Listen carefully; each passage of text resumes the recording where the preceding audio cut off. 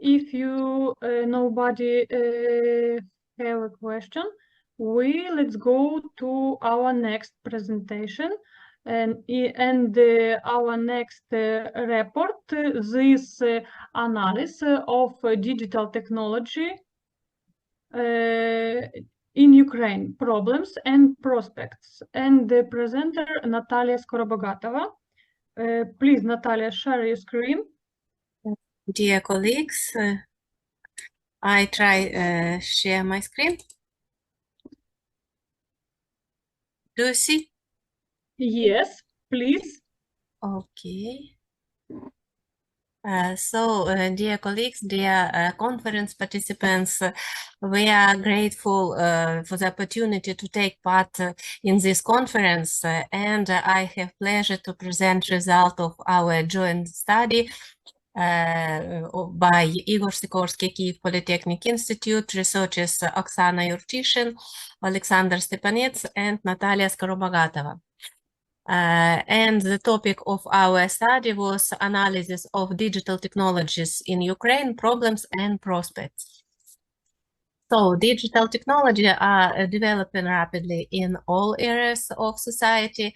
The analysis of statistical data shows a Dear Natalia, I'm sorry.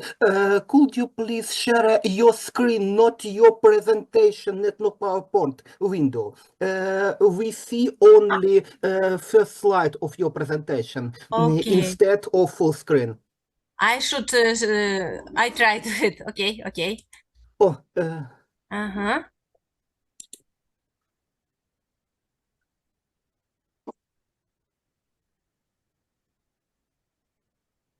When you're sharing, please select a screen or desktop completely. Do you see now? Yes. First and second slide. Oh, yes. Super. Okay. I should go over. Yes. Okay. As I tell, digital technology are developing rapidly in all areas of society, and analysis of statistical data shows a significant share of enterprises with information and communication technologies, as well as a large number of employees working in this field. It should be also noted that there is a significant synergy effect in related industries and activities. On the contrary, the problem of optimizing staff training is becoming increasingly urgent. In this context, it is necessary to take into account the need to involve science, education, and state institution, and of course business sector in the single ecosystem that deals with the development and implementation of innovation that are necessary for business and contribute to its development, while at the same time stimulating the development of science. In order to implement this idea, it is necessary to analyze the existing practice of cooperation between science and business, to identify the problems that hinder this development and find ways to solve them. The purpose of our study was to analyze the current state of development of digital technologies in Ukraine, and to determine the mechanism for ensuring sustainable, innovative development of the country based on the combination of education, science, and business, and of course taking into account the European experience. Not only researchers, but also national governments pay a great deal of attention to the state of innovation development and the factors that hinder it. In the European Union, the annual European Innovation Scoreboard provides a comparative assessment of the research and innovation development of European Union member states and selected third countries, as well as the strengths and weakness of their research and innovation system. This allows countries to assess where they need to focus their effort to improve their innovation performance. And most European Union member states improved their performance between 2016 and 2024. And Ukraine is also included in the innovation rating as a new innovator. Among the strengths of our country is in this rating should be noted broadband penetration, a relatively high level of employment of population in science-intensive activities. But the implementation of innovation is weak, especially in terms of the number of small and medium enterprises introducing innovative products and innovation in business processes. The analysis of dynamics of the components of the innovation index in Ukraine for the period 2017 till 2024 indicates a high export orientation of domestic innovative activity. And one of the components of the innovation index is the digitalization index. According to this indicator, our country ranks 12th in 2024, and that is better than average for European Union. And the World Economic Forum predicts that 70% of value created over the next decade will be based on digital platform business model. And statistical data shows a rapid increase in the proportion of business using digital technology. This result indicates the potential of our country for the spread of digital technology in the country's economy, including the need to combine science, business, and education. And the training of specialists in this field and the introduction of scientific development into business will allow us to increase the level of competitiveness of our country, which is becoming more and more important in the condition of country's post-war recovery. The Ministry of Digital Transformation of Ukraine has developed a methodology of assessing the digital development of region of our country based on the definition of the index of digital transformation of region of Ukraine. As you could see on the slide, according to this research, the level of digital skills basic and above will increase from 47% in 2019 to 22% to 52% in 2021. However, there is still an unfulfilled demand in society for more initiative to promote such skill, as 11% of respondents said that had no digital skill at all. The national average of the sub-index digital literacy is 0.46 on a scale of 0 to 1. It should be noted that the level of this indicator is uneven across the region of Ukraine. And Ukrainian companies whose activities are related to digital technology were selected for the further development, for the further research. The analysis of statistical and analytical data shows that artificial intelligence and digital twins are the most promising technology.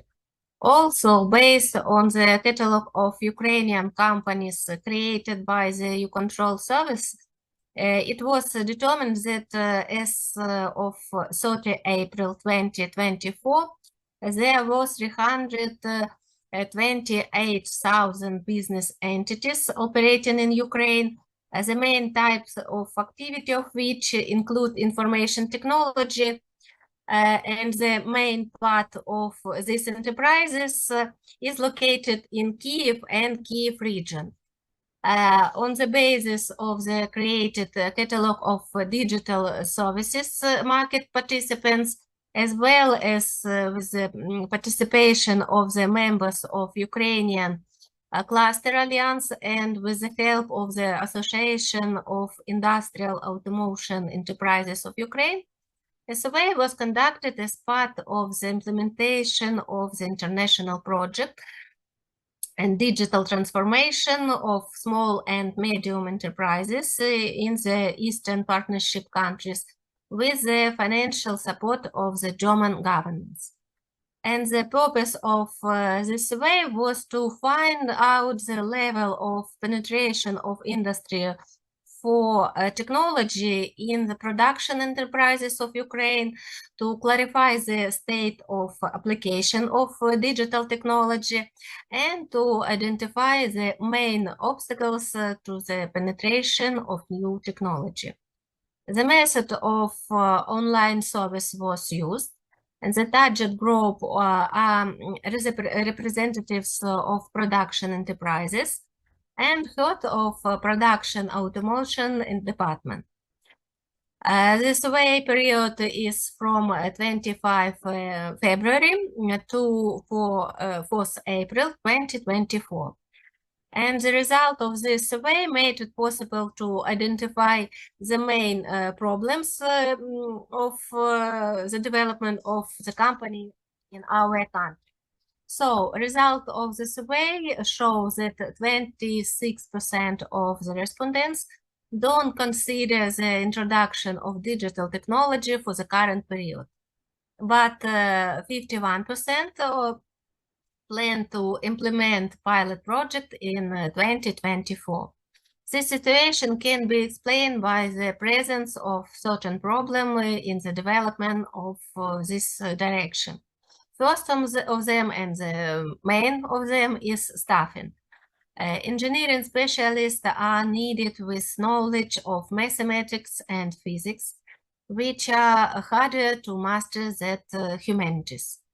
And 43% of respondents identify the lack of skills and knowledge among staff as one of the main barriers to the adoption of digital innovation technology in their company. Of course, lack of financial and other resources for the project implementation and execution. According to survey result, amount or 50% of companies consider this to be the main problem for them too. And of course, quality and range of data, cybersecurity and privacy issues, and other. And among the way to overcome these obstacles, we offer the following, which contain technical, social, cultural, and administrative tools. You can see on the slide the main of them. A crucial element is employee training and awareness regarding digital technologies and cybersecurity. Awareness of possibilities leads to strategic planning of implementation, definition specific steps, and responsible individuals. This systematic approach ensures efficiency throughout the process. And of course, give significant attention to cybersecurity.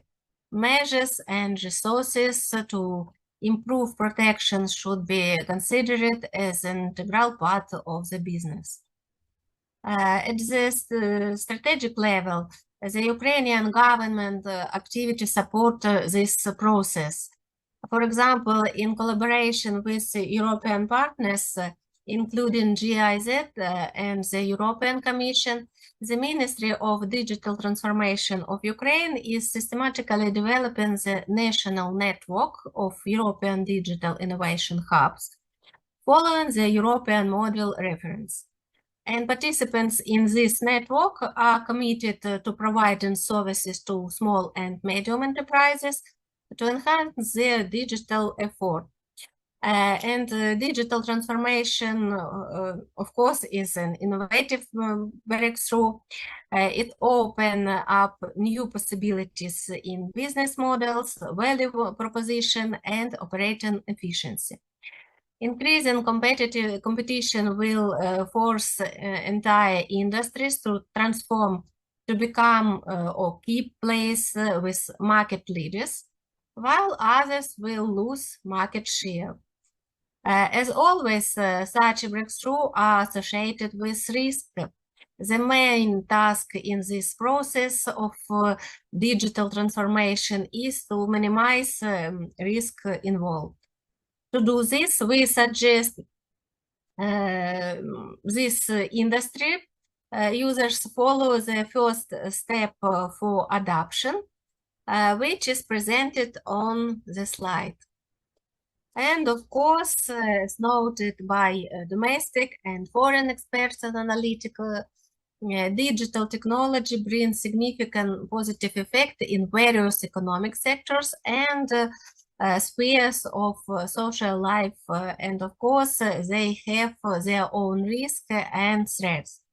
But we believe that it is appropriate to consider project for the development and implementation of digital technology from the point of view of the innovation ecosystem, which should take into account all key stakeholders in this process.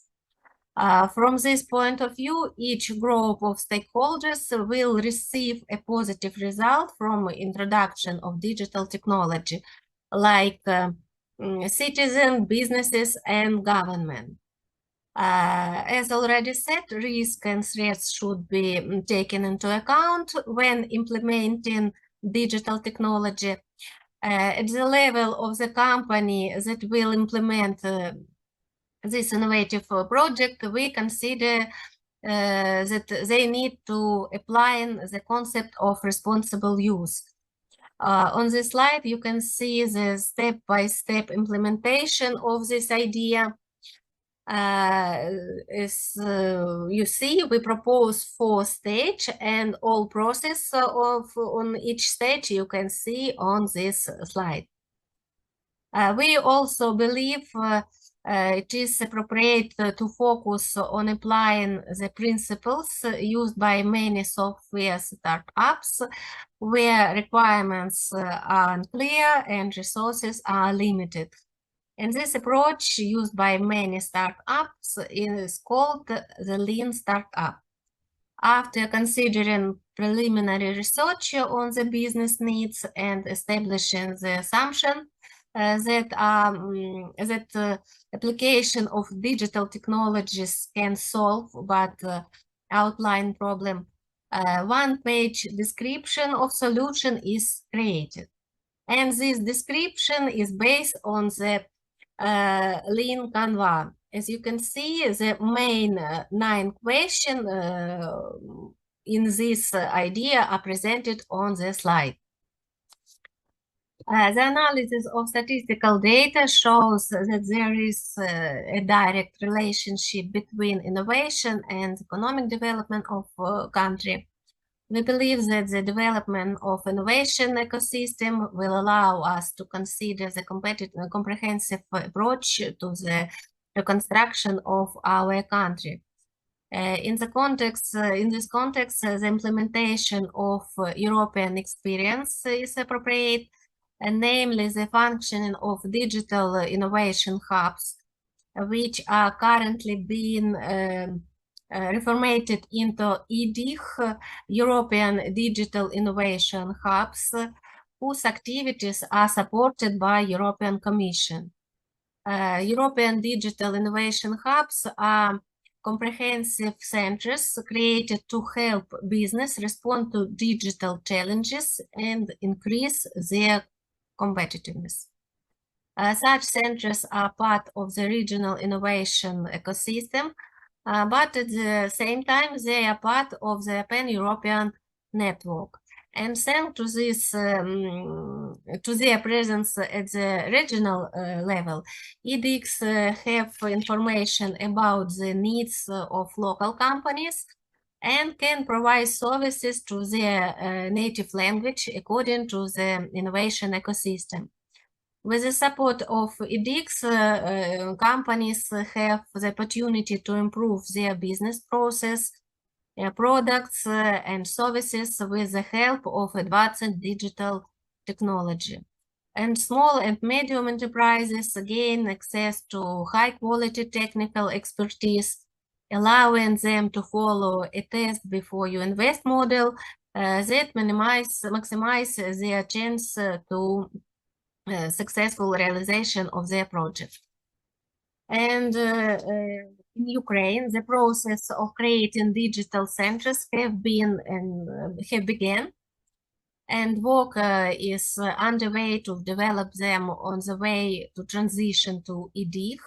In practice, in 2020, the Center 4.0 of Igor Sikorsky KPI was registered on the platform specialization, smart specialization platform, which allowed it to receive the official status of Center 4.0 KPI DIH, and with the support of Association of Industrial Automation Enterprises of Ukraine, to participate in the BOVI project and win by becoming one of the members of this community. Center 4.0 KPI DIH specialization according to the model of European digital hubs are cybersecurity system, Internet of Things, big data, and others you can see on the slide. And the actual implementation of the innovative initiative in Ukraine has the following result. More than 50 applications were submitted to the internal competition, which was carried out in cooperation with the experts of the Center 4.0 KPI DIH and 14 scientists of Igor Sikorsky KPI, leading research in the DIH specialization, were involved in the expert environment. As a result of the work, 35 project applications were submitted to the second phase of the BOVI competition, which is largest number compared to applications submitted by other digital centers. And 4 companies was the winners of this competition, and they receive financing for the implementation of a digital transformation project. In 2022, Ukraine joined to the Digital European Program, and at the end of 2023 and the beginning of 2024, a competition for the creation and support of European Digital Innovation Hub was announced for Ukraine. And Center 4.0 DIH KPI became part of the EDIH Kyiv High-Tech Consortium. According to the result of the competition, this consortium did not receive funding from the European Commission, but received the Seal of Excellence, which is considered an EDIH certificate for possible support by national enterprises, national structures, other donors, and participation in subsequent European Commission competition for EDIHs. This competition of the consortium will allow EDIH to cover maximum needs of small and medium enterprises in Kyiv region, taking into account the smart specialization of this territory.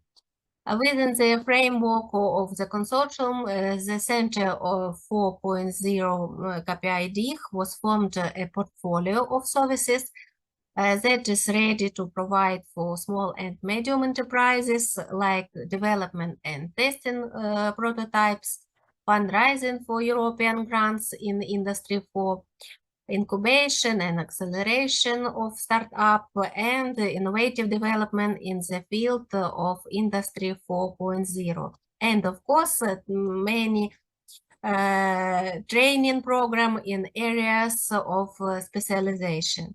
And we believe that the experience of Center 4.0 KPI DIH can be scaled within Ukraine, which will increase the level of innovative development of our country and its competitiveness.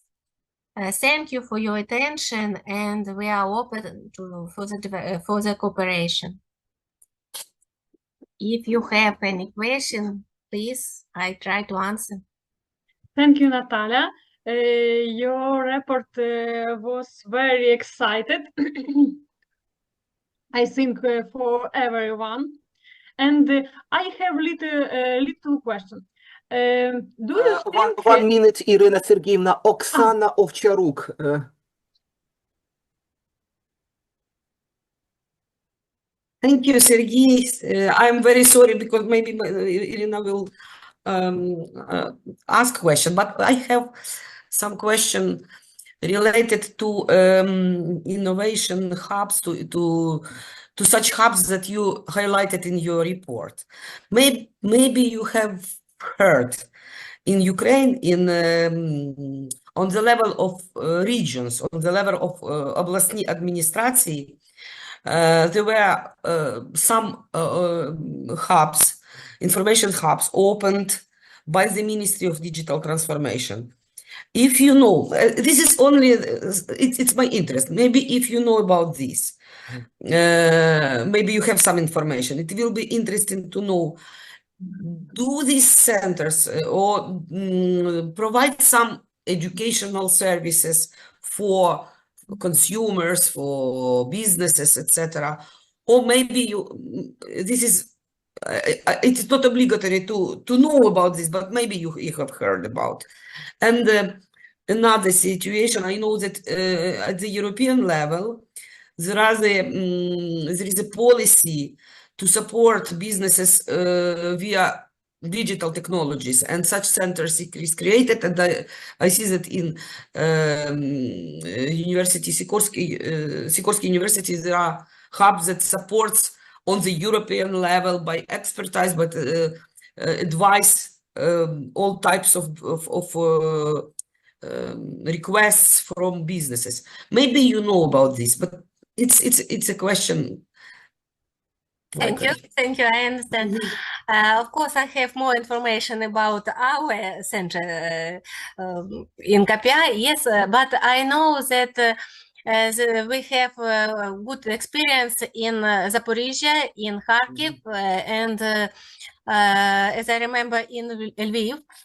We are a university accumulated scientists, business sphere, and other representatives, or maybe from government on the level of the region. Yes. And they analyze problem and also try to propose some solution for business with participation of University of Science. And another small question, how many users do you have in your centers? Approximately, maybe. We work together in cooperation with Ukrainian Cluster Alliance and APAU, Association of the Enterprises Automation of Ukraine, and clear information you can see on the slide, because I don't remember total number of the participants of our center. Because it is very interesting to gather such data, you know, this is a visibility of your work, of your center, and it's interesting to have such a data for this. Thank you very much. Thank you. You can see more information on my presentation, because there was link to our center. And you can find the information about specialization, about services, about result of our work. Thank you. Thank you. Thank you very much. Thank you.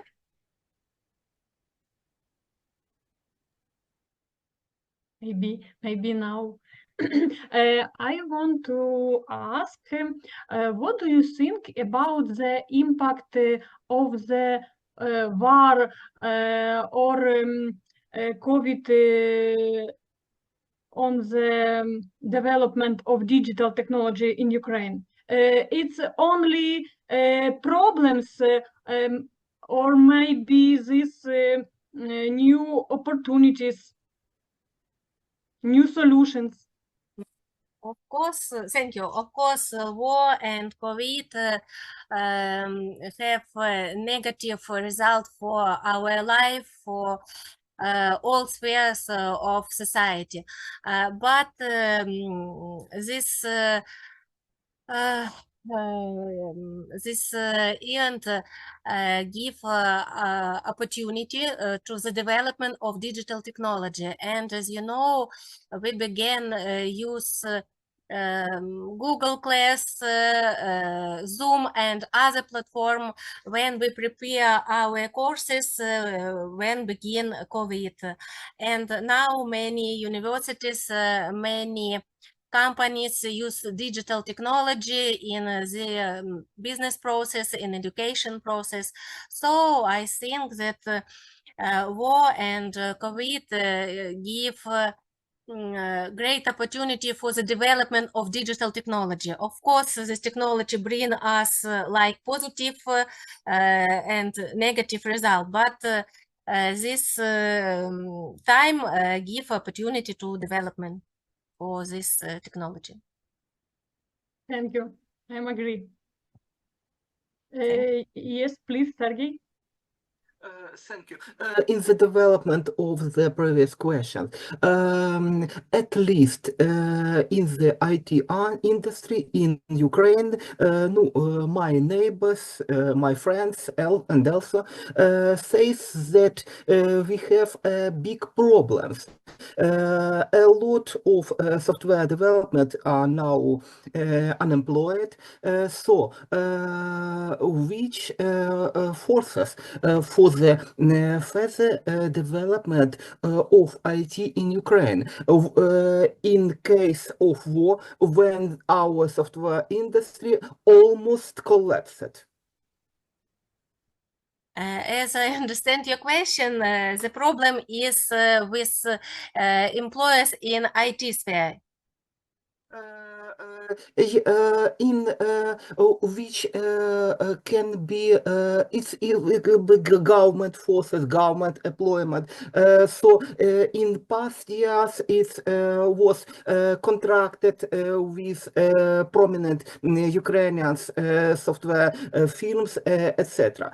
Is the Ministry of the Digital Transformation will be play first role in this process, both as stakeholder and work provider?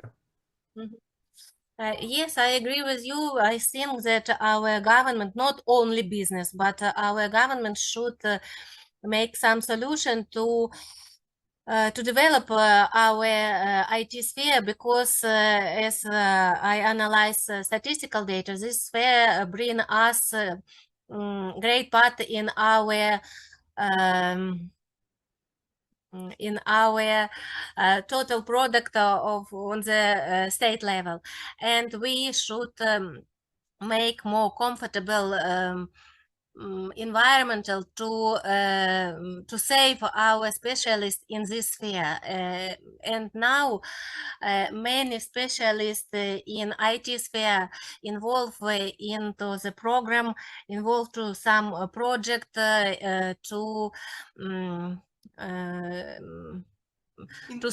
make solutions in this situation, in this war. Thank you very much, Natalia. Thank you. Thank you. If no question, let's go to our next report. It will be research on the feasibility of employing gamification technologies in the training process of IT specialization seekers. And presenter Olga Smoter, please share your screen. My congratulations to organizers of our workshop and for all participation. I'll try to share my screen. My name is Oksana, and I present, just a moment, yes.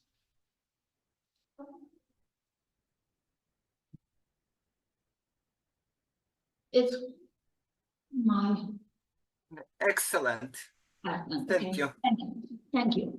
We present our research devoted to the problems of students' interest in the educational process. We present Lviv State University of Life Science, and the digitalization of society imposes its requirement on the preparation of future specialists, necessitating changes in the technologies used in the educational process. The era of digital education demands the implementation of new methodologies and tools for the training of modern professionals. The main idea of our research is to find out the feasibility of introduction gamification technology into process of training students. The theoretical basis of gamification education, including terminology, methods, approaches, has been shown in the works of Hutari, Hamari, and most academic publications on gamification in the educational process are highlighted in psychological studies examining the impact of gamification on learning motivation. Interesting work, Kelly McGonigal. It's very interesting for motivation process. Excuse me, because you see maybe my video. Yes. Oh. But among the publications on gamification in educational process, another segment deserves attention. There are publications dedicated to examining gamification in specific educational domains. However, it's Rossi, Mladenovic, Bushko, and others. However, despite a considerable number of publications on the use of gamification in educational process, many aspects remain unexplored. Specifically known of the revived publication examining gamification from gender perspective and long-term studies are in lack. Yet, only such research can provide an understanding of whether learners of different genders react similarly to the same gamification methods, and whether their response to gamification methods remains consistent over the extended period. Besides, it can be agreed that the extent to which gamification tools are investigated in their suitability for various educational components and specialties remains incompletely explored. Currently, there are no well-founded studies or recommendations on how to gamify the educational process according to the specificity of educational content. Presently, the application of gamification methods and tools in the educational process has outpaced scholarly research. We have decided to investigate the effectiveness of implementation gamification technologies in the training process of IT specialization seekers using methods of data analysis. We will formulate several hypotheses regarding the effectiveness of implementing gamification methods in the training process of IT specialty seekers and explore them using statistical methods.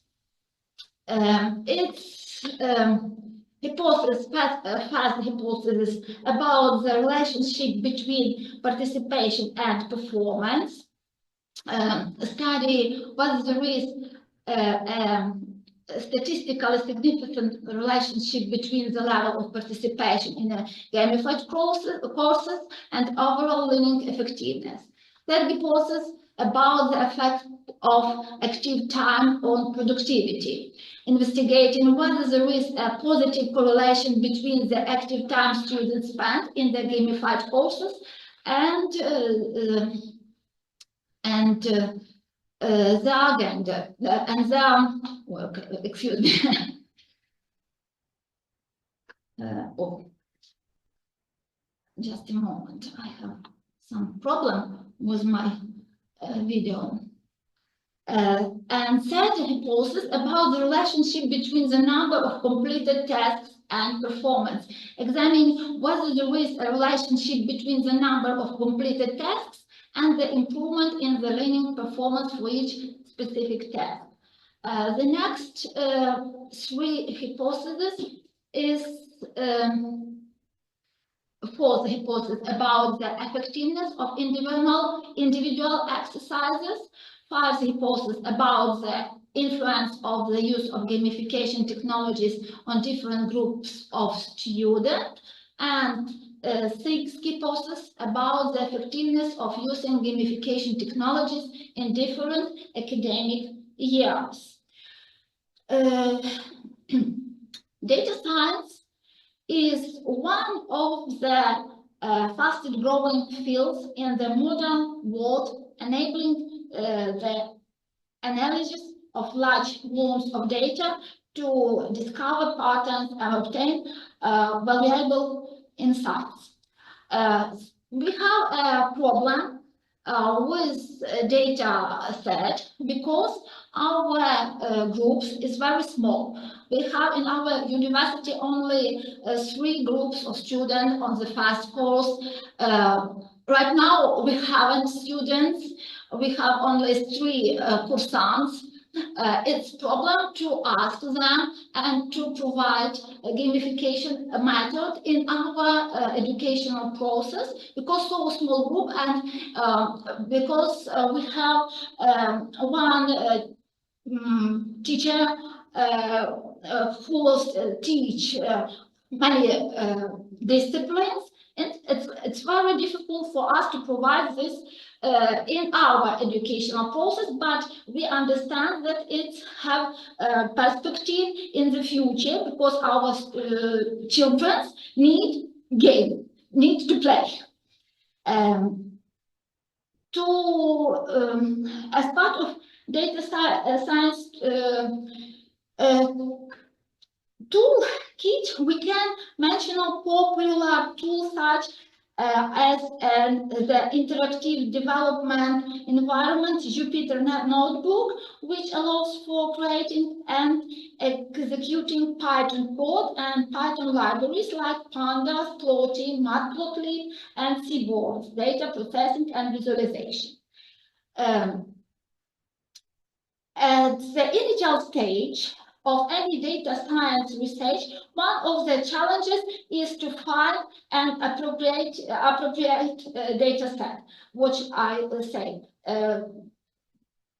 Today, one of the largest public web platforms with a significant number of open data sets is Kaggle.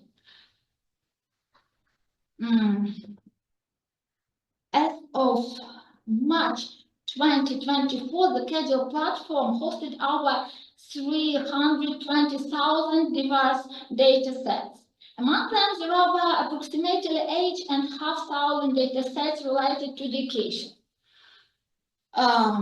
However, refining the stage query and specifically searching for data sets related to both education and gamification reveals that there are only 2 such data sets on the Kaggle platform. The gamification in education data set was created as students used a gamified program for reading with interactive cards and badges to engage them in studying statistics and multidimensional statistic analysis. The dataset contains information on grades for practical exam before using the educational platform, grades for final exam after using the platform, whether a student is a user of platform, the average score for each of 6 tests, and the number of times exercises were completed. The impact of gamification software testing education dataset includes materials related to the use of testing software provided to learners as educational resources, as well as the software application, SQL test, and Go Race. These programs were integrated to support the gamification experience and serve as tools that students used for their learning activities. To determine the dimensionality of the data set, we used the shape command. We received feedback 69 and 16 for the gamification in education, and 235 and 32 for the impact gamification software. After analyzing the content of both data sets, we conclude that based on the gamification in education data set, we can only test the first two hypotheses we formulated, only two, first and second. With the impact of gamification software testing education data set, we can test the first, second, and third hypothesis. Unfortunately, fifth, fifth, and sixth hypothesis we can test on this data set. To test the first hypothesis, we compared the average exam scores before and after learners started using the gamification platform. No hypothesis, there is no difference in score between students who use the platform and those who did not. Alternative hypothesis, the scores of students who use the platform are different from scores of those who did not. You see p-value on the slide.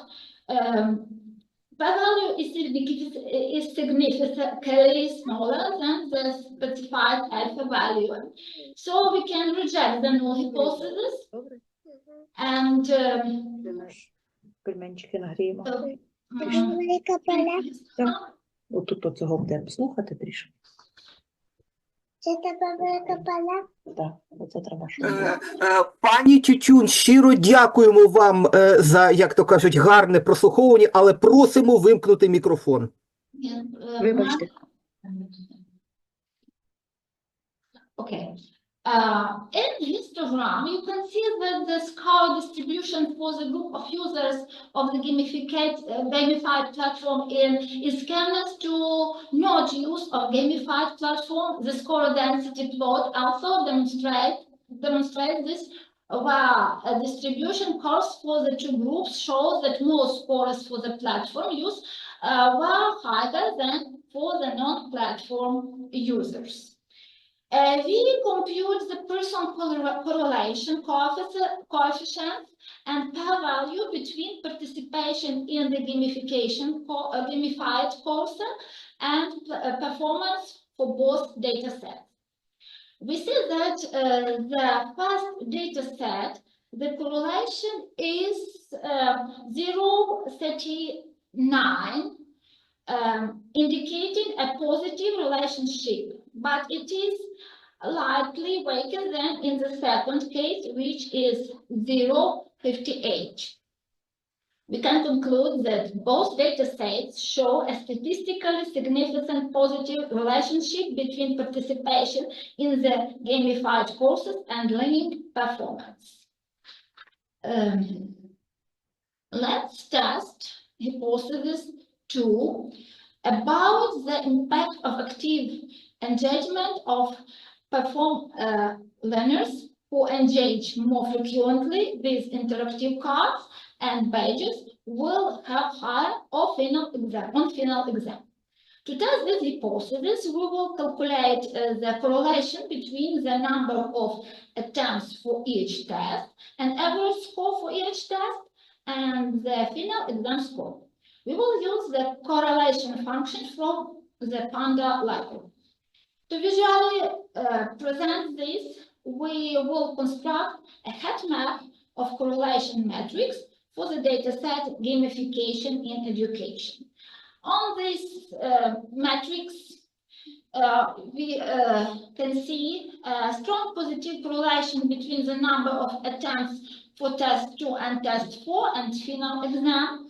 There is a moderate positive correlation between the average score for test 1 and the final exam score, as well as between the number of attempts for test 5 and final exam score.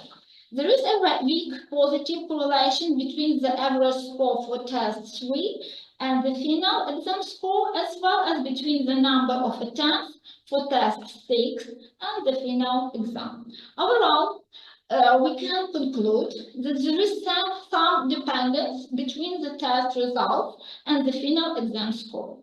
Therefore, summarizing the results, we can agree that using gamification elements in study of educational components containing elements of statistical analysis and math statistics is justified.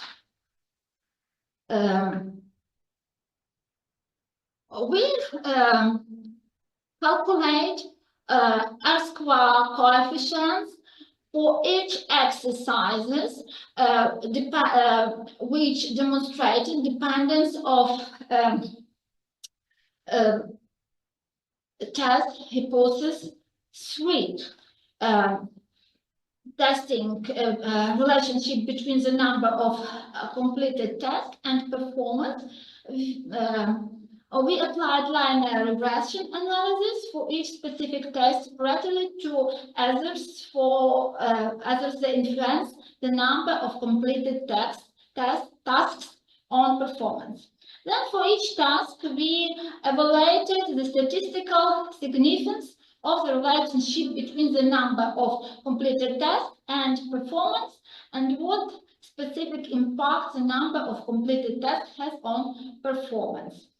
For first exercise, we see R-square 0.025. It's very weak. Then R-squared for task 2, exercise 2 is 0.115, and for test exercise 3 0.112. But per level is 0 smaller than 0.05.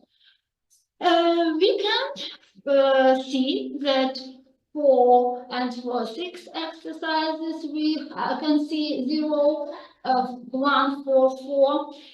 We can see for each exercise the number of tasks completed has a statistically significant positive impact on students. For visual representation of dependencies between the number of tests completed and performance for each specific test, taking into account different years of study, we have constructed colored plot with regression lines for each test for each years of study using the Seaborn library. Each year is represented by a different color on the plot. However, it is worth nothing that the sample size of the investigated data sets is quite limited. Additionally, given the presence of other fields in the data sets, a much larger number of studies could have been concluded and other hypotheses could have been tested. We hope that in the future we will have ability to test our next hypothesis and give answer for our question. However, it can be agreed that the extent to which gamification tools are investigated and their suitability for various educational components and specialties remains incompletely explored. Currently, there are no well-founded studies or recommendations on how to gamify the educational process according to the specificity of educational content. Presently, the application of gamification method and tools in the educational process will be researched in the future. Thank you. for attention. Thank you very much. Thank you, Oksana. Who has a question? Я хочу перестати. Окей.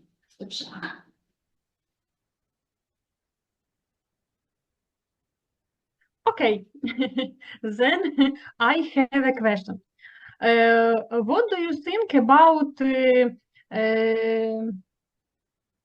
gamification in different fields?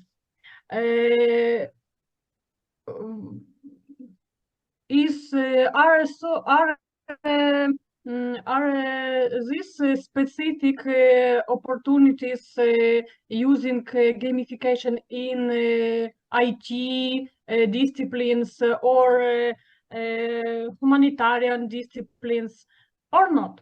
Yeah, it's very different. I think that gamification very effective in a school because our children want to play.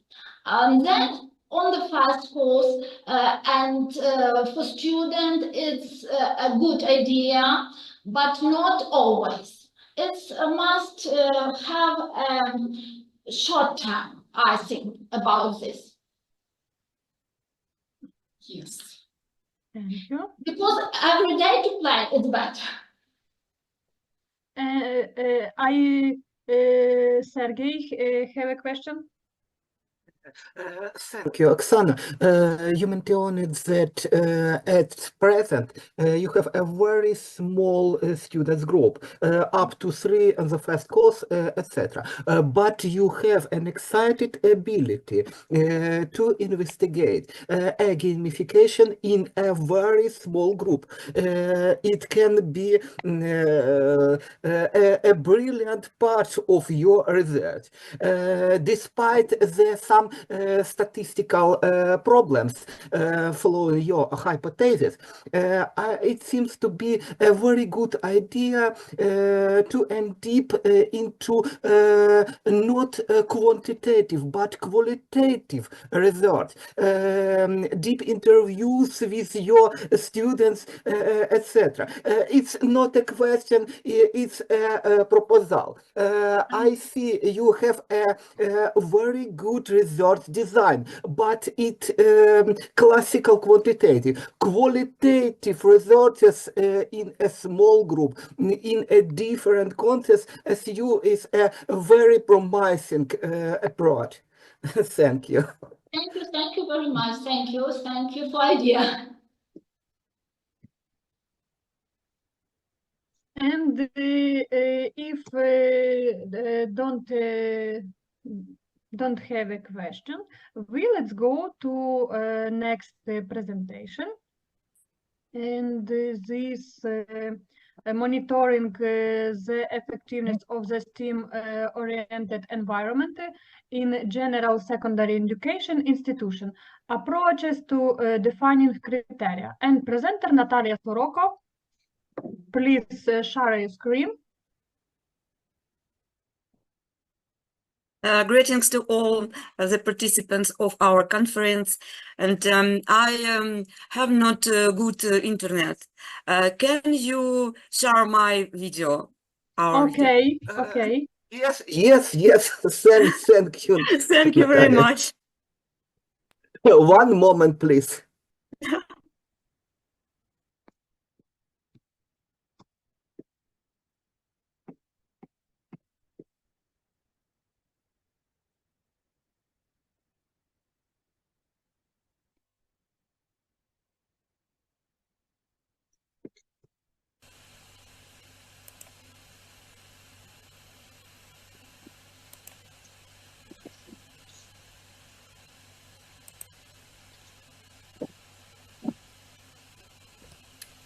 Greetings to all the participants of the conference. I'm Natalia Soroko. My research co-author is Oksana Ovcheruk. We are scientists of the Institute for Digitalization of Education of National Academy of Educational Sciences of Ukraine. Our research is monitoring the effectiveness of the STEM-oriented environment in general secondary education institutions, approaches to defining criteria.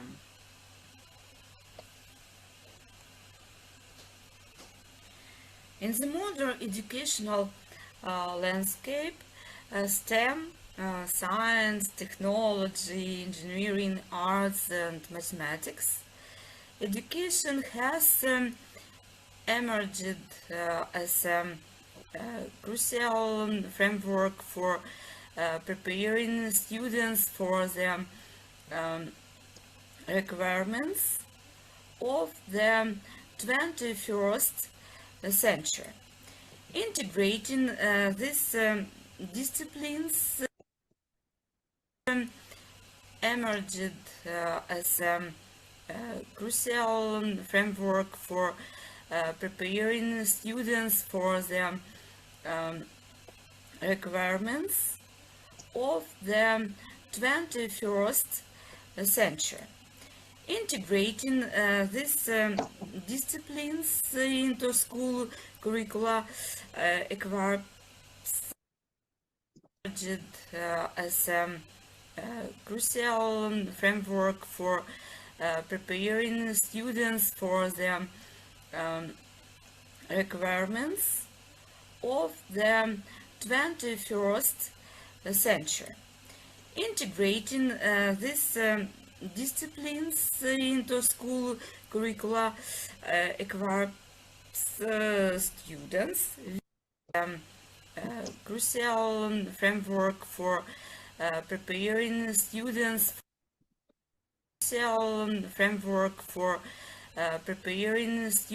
for the requirements of the 21st century. Integrating these disciplines into school curricula equips students with a broad skill set, fostering creativity, critical thinking, and problem-solving abilities. STEM education is important for the education and training for students at school. This education is important for raising well-rounded, innovative individuals who can contribute to the rapidly developing world. After all, to obtain a future profession, young people today need quality education and the ability to adapt to rapid change in science, technology, engineering, art, and mathematics. Therefore, monitoring the development of STEM education is the key process for determining the quality of education. The development of STEM education is a general secondary education institution in Ukraine is conducted by Ukrainian legislature, including the laws on education, on full general secondary education, and on scientific and technical activities. It also aligns with the state standards of primary and basic secondary education. The government approved the concept of implementation of state policy in the field of general secondary education reform, new Ukrainian school, for the period until 2029. Implementation of the concept will create conditions for reforming general secondary education, taking into account the experience of the leading countries of the world. New content standards of general secondary education will be developed, which will be based on a competency-based and person-oriented approach to education, as well as the concept of the development of science and mathematics education, STEM education. Furthermore, the Ministry of Education and Science of Ukraine has developed and presented a plan of measures for the implementation of the concept for the development of science and mathematics education until 2027. All these resolutions and regulator documents serve as the foundation for implementing this educational direction. By implementing the main task, the development of STEM education in Ukrainian educational institutions is ensured at the following levels: elementary, stimulation of curiosity and support of interest in learning and the search for knowledge, motivation for independent research, creation of simple devices, constructions, scientific and technical creativity, basic, forming a stable interest in natural and mathematical subjects, mastering technological literacy and problem-solving skills,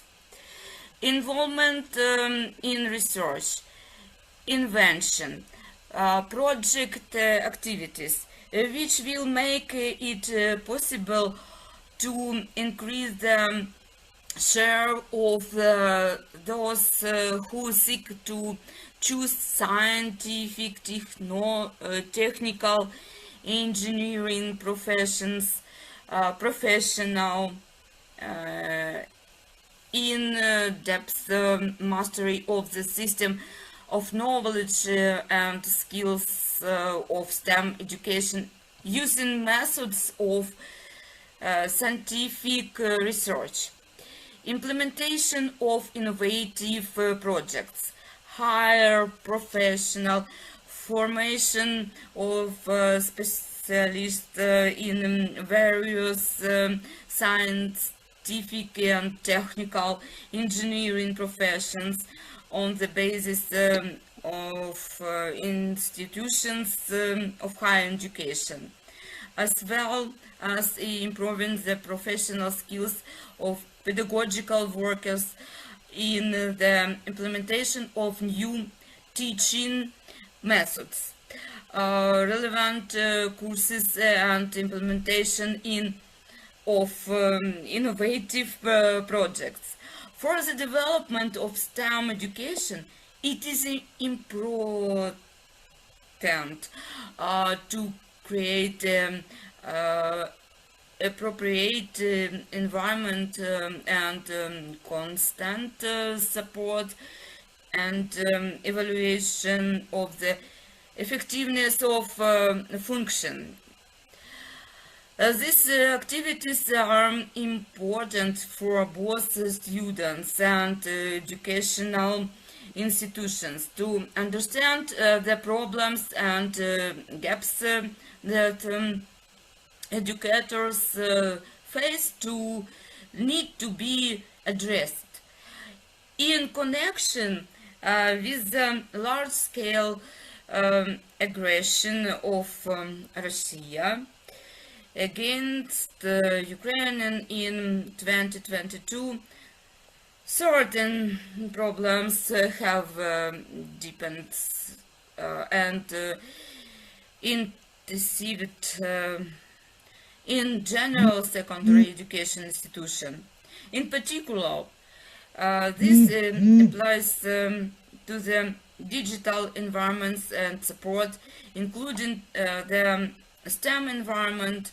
The research problem of this study is to find out the problems and gaps accompanying STEM education in Ukrainian schools based on existing survey and also guided by international approaches to identify criteria for evaluating in the effectiveness of STEM education in Ukrainian educational institutions. Also, the task of the study are to analyze the views of Ukrainian teachers and foreign researchers on the issue of STEM education, which will help to formulate a vision of monitoring the effectiveness of the STEM environments in Ukrainian school in future.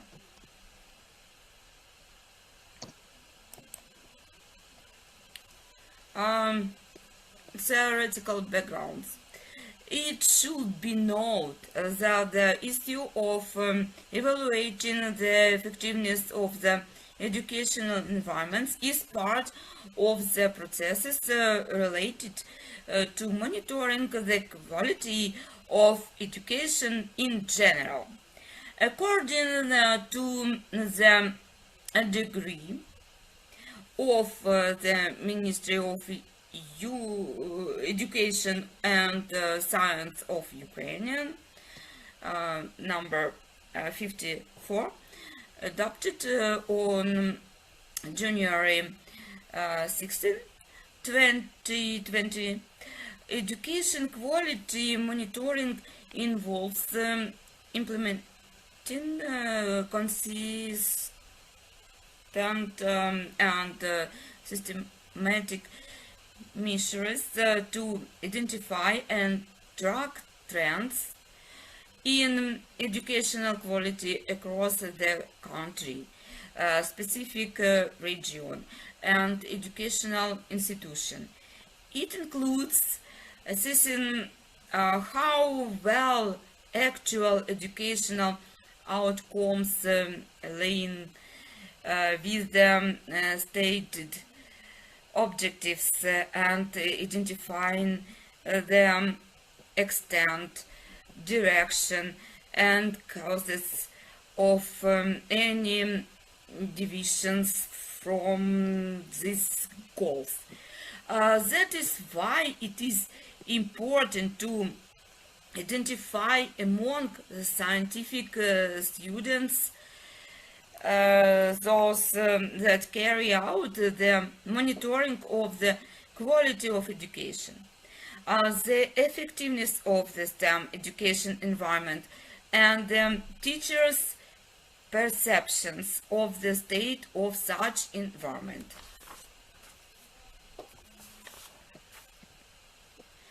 Monitoring a STEM-oriented education environment is a complex process that must cover different procedures and take into account the specific of the educational and social environment. A STEM-oriented educational environment incorporates computer, mobile and cloud-based technologies, along with practical, interdisciplinary, and project-based learning methods in the study of natural and mathematical disciplines.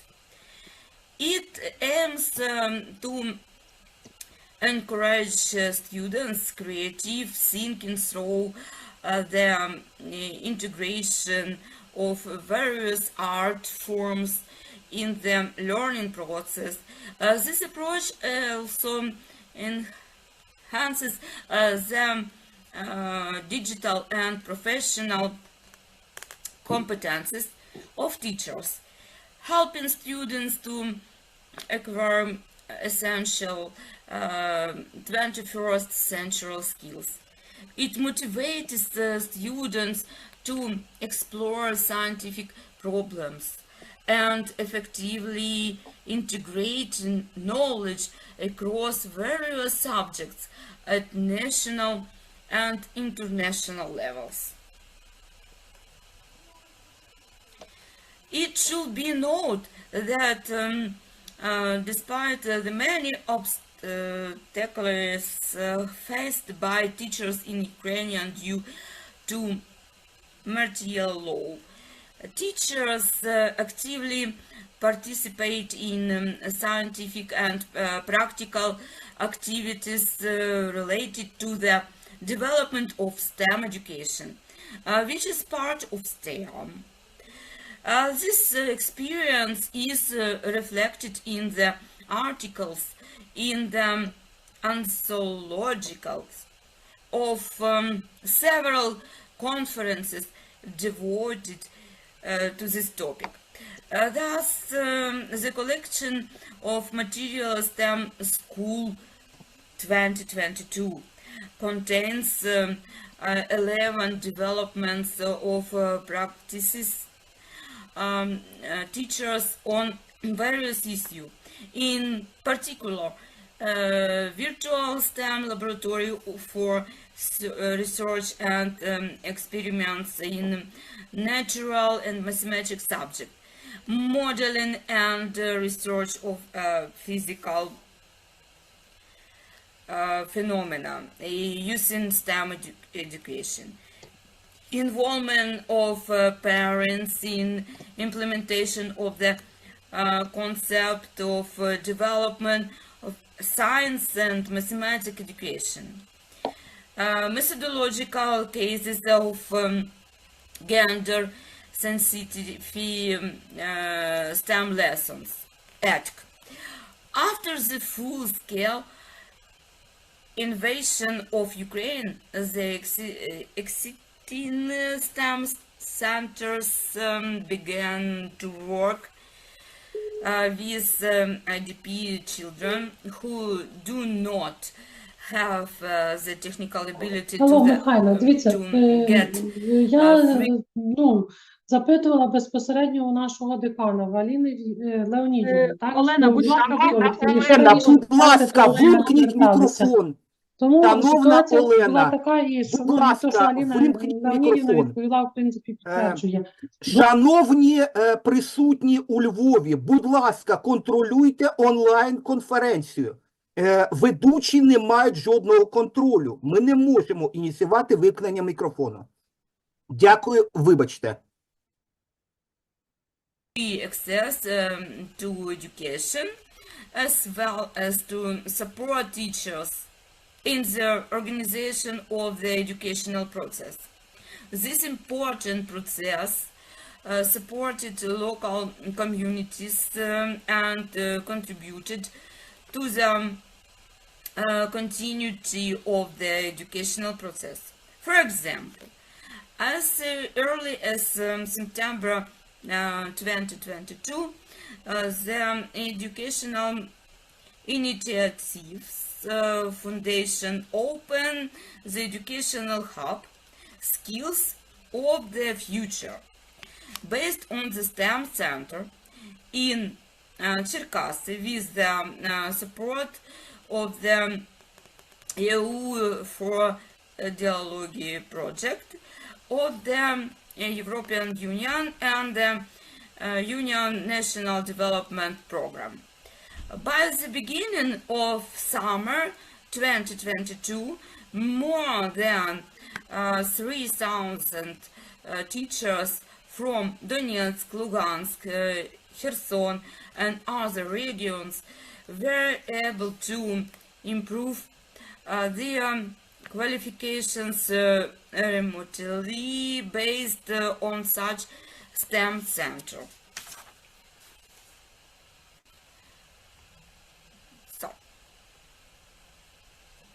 among the monitoring tools of the STEM-oriented environment, the results of international comparative studies of the quality of education can be used. For example, the international comparative study of the quality of natural and mathematical education. The international study of the quality of education, PISA, ETC. In particular, the program of international student assessment, PISA, was initiated over 23 years ago by the Organization for Economic Cooperation and Development. This study is one of the important sources of information about secondary education in the world. More than 18 countries participate in the study. Ukrainian participate in the last two cycle of PISA, 2018 and 2022, due to the full-scale aggression of Russia against Ukrainian and related security risks in the 2022 cycle. 50 years old from only 18 regions of Ukrainian were able to participate in the study. We have analyzed 22 sources and should pay attention to research by a source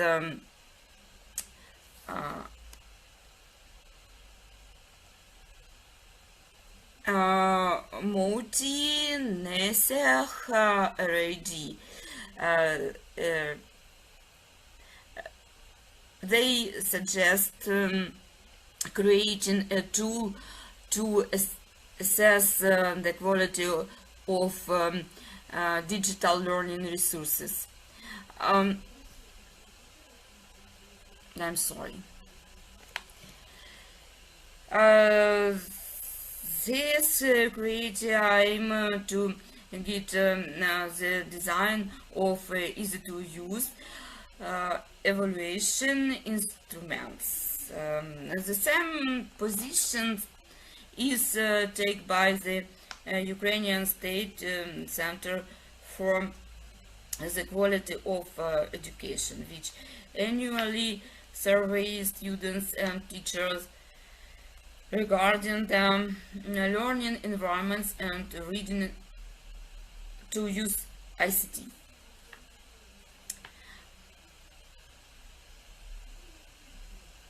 So, based on the mentioned students, it is worth highlighting such a criteria as the resource of the education environment. Indeed, an important creation is the resources involved and available in the education environment. Resources can be divided into software product, facilities and tools, as well as education, teaching and human teachers, management staff, administrator.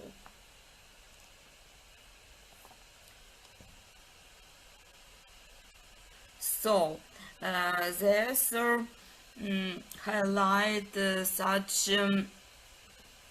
criteria: academic quality, pedagogical quality, didactic quality, and technical quality. We agree with these authors.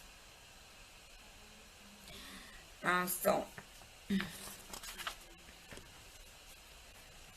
we highlight such criteria: academic achievements or academic success, indicators, the percentage of teachers who completed courses and received certificates of successful completion of STEM education, the percentage of teachers who participate in scientific and practical events, conference, seminars, training, and so on, that have thematic areas related to STEM education. Analysis of articles, stances, and reports by topic regarding STEM education. Nothing. Resources and educational environment for the implementation of STEM education. Indicators: number of websites dedicated to STEM education, the number of methodological recommendations for the implementation of STEM projects, the level of classroom equipment for conducting laboratory work, remote teaching, level of satisfaction of teachers with material and technical support. So,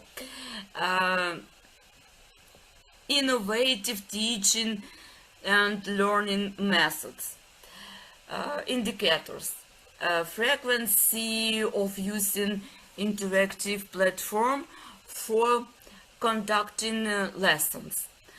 For example, Kahoot, Quizlet, Nearpod, and so on. Percentage of lesson conducted using interactive whiteboards or other interactive learning tools. The number of projects that include an interdisciplinary approach and involve different subjects. Nothing. State attention to the problem. Availability of order and other documents regarding the implementation of STEM education in educational institutions. The level of funding for a project related to STEM education. The criteria and indicator for monitoring the development of STEM education correlation with the requirements for students. So, for students, academic achievements, academic success. Indicators: level of knowledge of STEM subject, results of standardization tests and exams, grades for laboratory works and practical tasks, percentages of students receiving high marks in scientific Olympiads and competitions. Resources and educational environments for the implementation of STEM education. Indicators. Level of satisfaction of students with material and technical support. Level of providing students with equipments and educational materials. Nothing. So,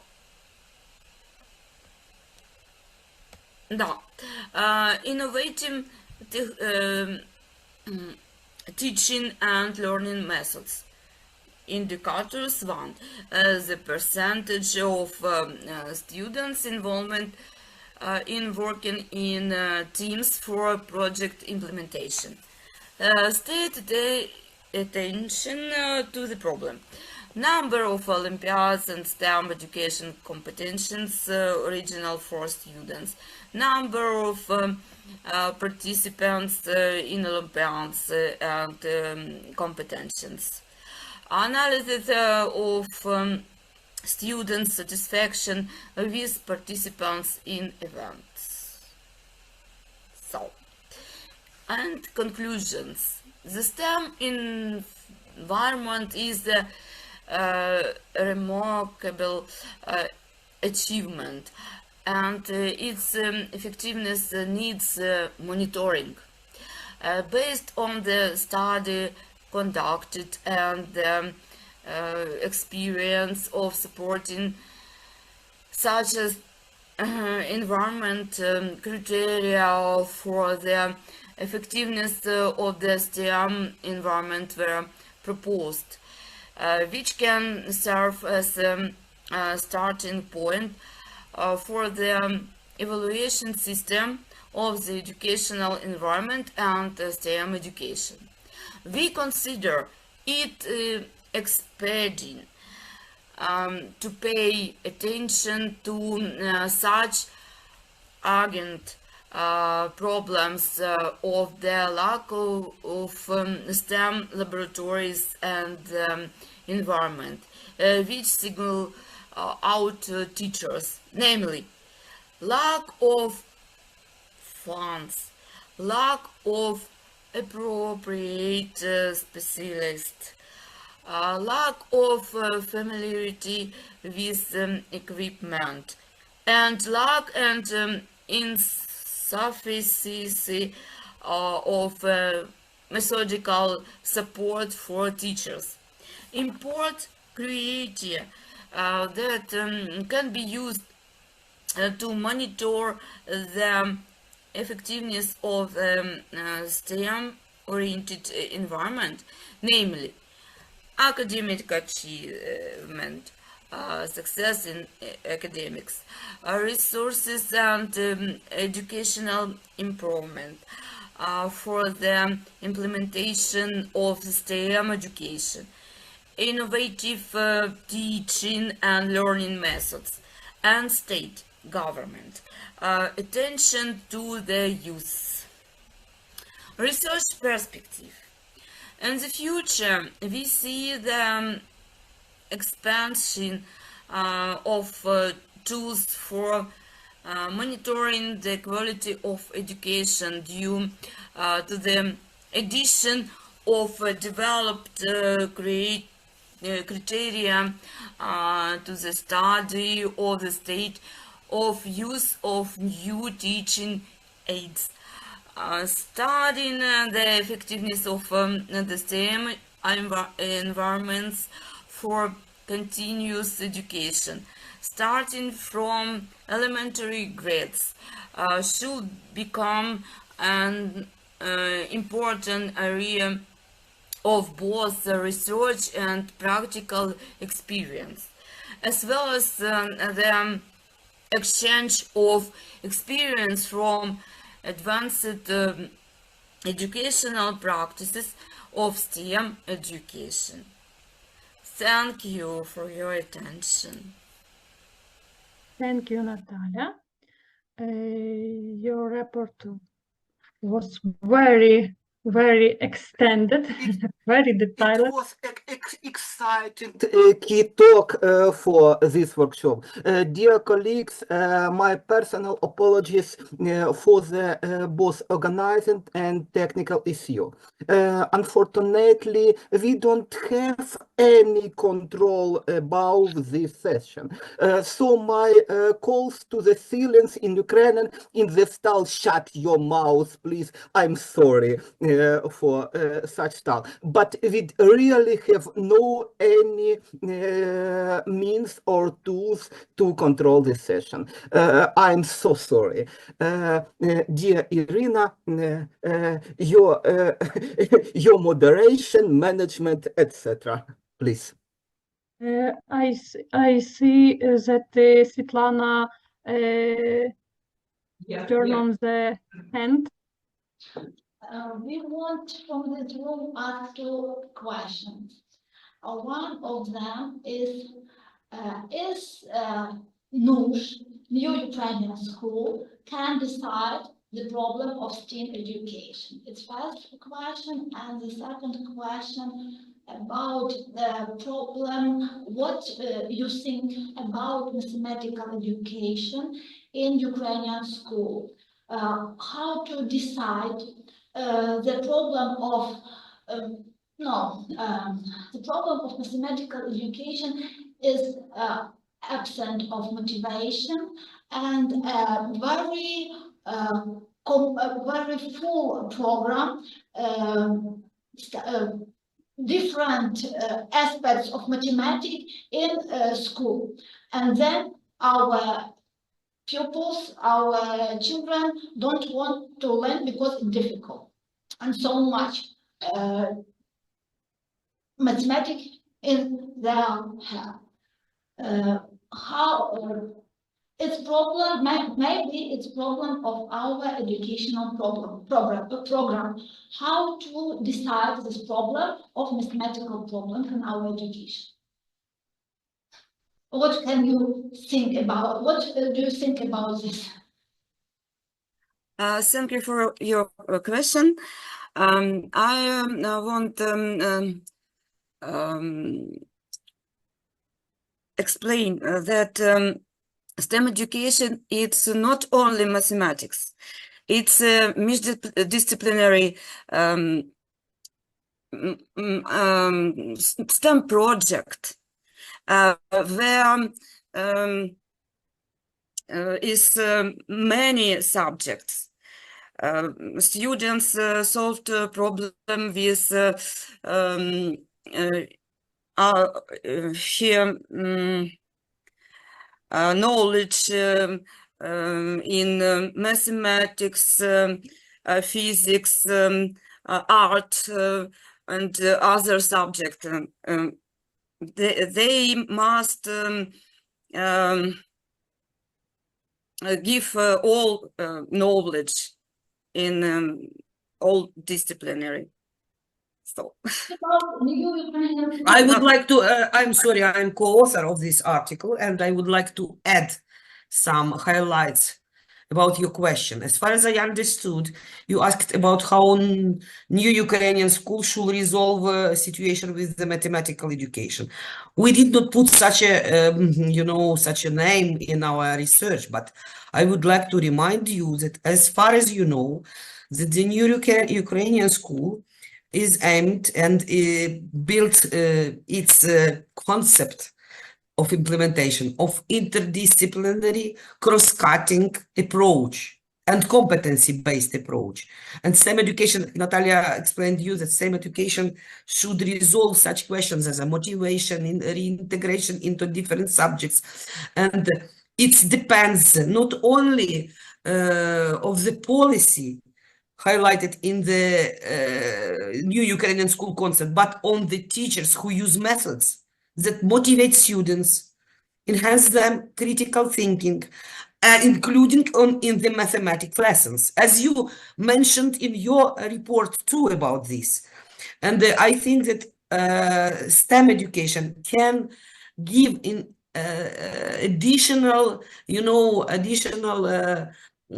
opportunity to take attention to scope the attention on such subjects as mathematics, physics, when you work with students together, integrating in other subjects and integrated into projects, into the investigation projects on STEM education. So we this can maybe a resolution of your question, you know.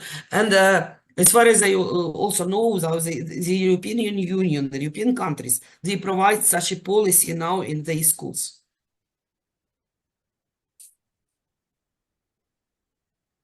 Thank you. And I have a question too.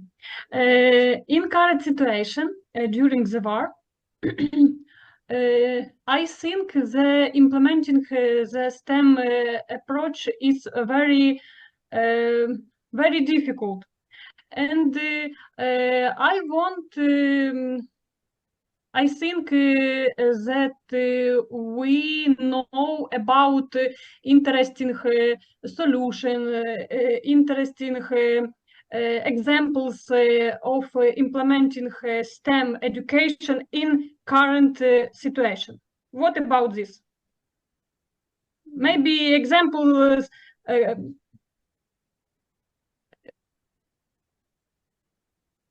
Thank you for your question. Dasha, you will answer, yeah? Okay.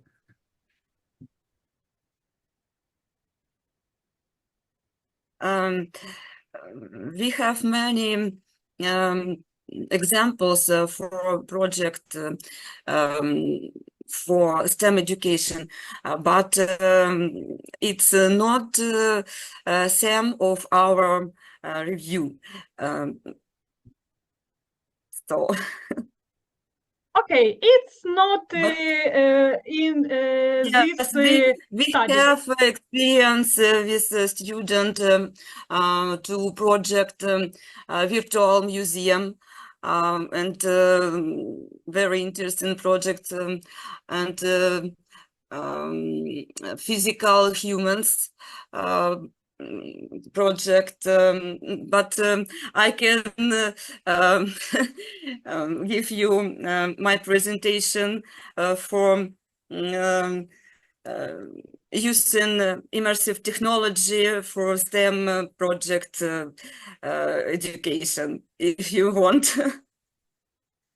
Okay, thank you. I can add some points to this to your question, to your answer, Natalia. As far as maybe you heard that Institute for the Content for the Modernization of the Content of Education, they provide methodological support to different events, to different activities to STEM teachers, so-called STEM teachers. So, and they have such a STEM center, and the last year and this year, they conducted a contest, STEM Vesna 2024, for teachers and for students. So it seems to me that it was a motivation event for schools who are in the situation of war, as you asked. They can participate distantly and provide their works and their projects to such a contest. So they have some awards after that. Also, there were some events related to physics education. And it was maybe one of the best contests. It was called in Ukrainian "Запроси фізику до себе." So invite physics to ourselves. It was also interesting contest and interesting initiative of teachers from different schools, including temporary displaced children and teachers. So there are many examples that we can that we can see and we can use in the future, and that I think that we should use such initiatives. The main ideas, they came from teachers who invite students and who invite into STEM activities. Thank you. Sorry for the long answer. But very excited answer. And I think that we will be go on, and our next study is integration formative assessment into higher education learning environments, and presenter Svetlana Zapolskych. Please, Svetlana, share your screen. I'm sorry, Irina, according to the program, the next will be the talk of Oksana Hlushak, using STACK to support adaptive mathematics learning in learning management system model. Please, it's my Okay, sorry, as you like. Yeah. Okay, thank you so much. Greetings to everyone. I will share my presentation, and okay, do you see my presentation? Yes. Yes. I will share with you the presentation on the theme using STACK to support adaptive mathematics learning in learning management system model, created by authors Maria Astafyeva, Oksana Hlushak, and Oksana Litvin from Boris Grinchenko, Kyiv Metropolitan University. So let's go get started.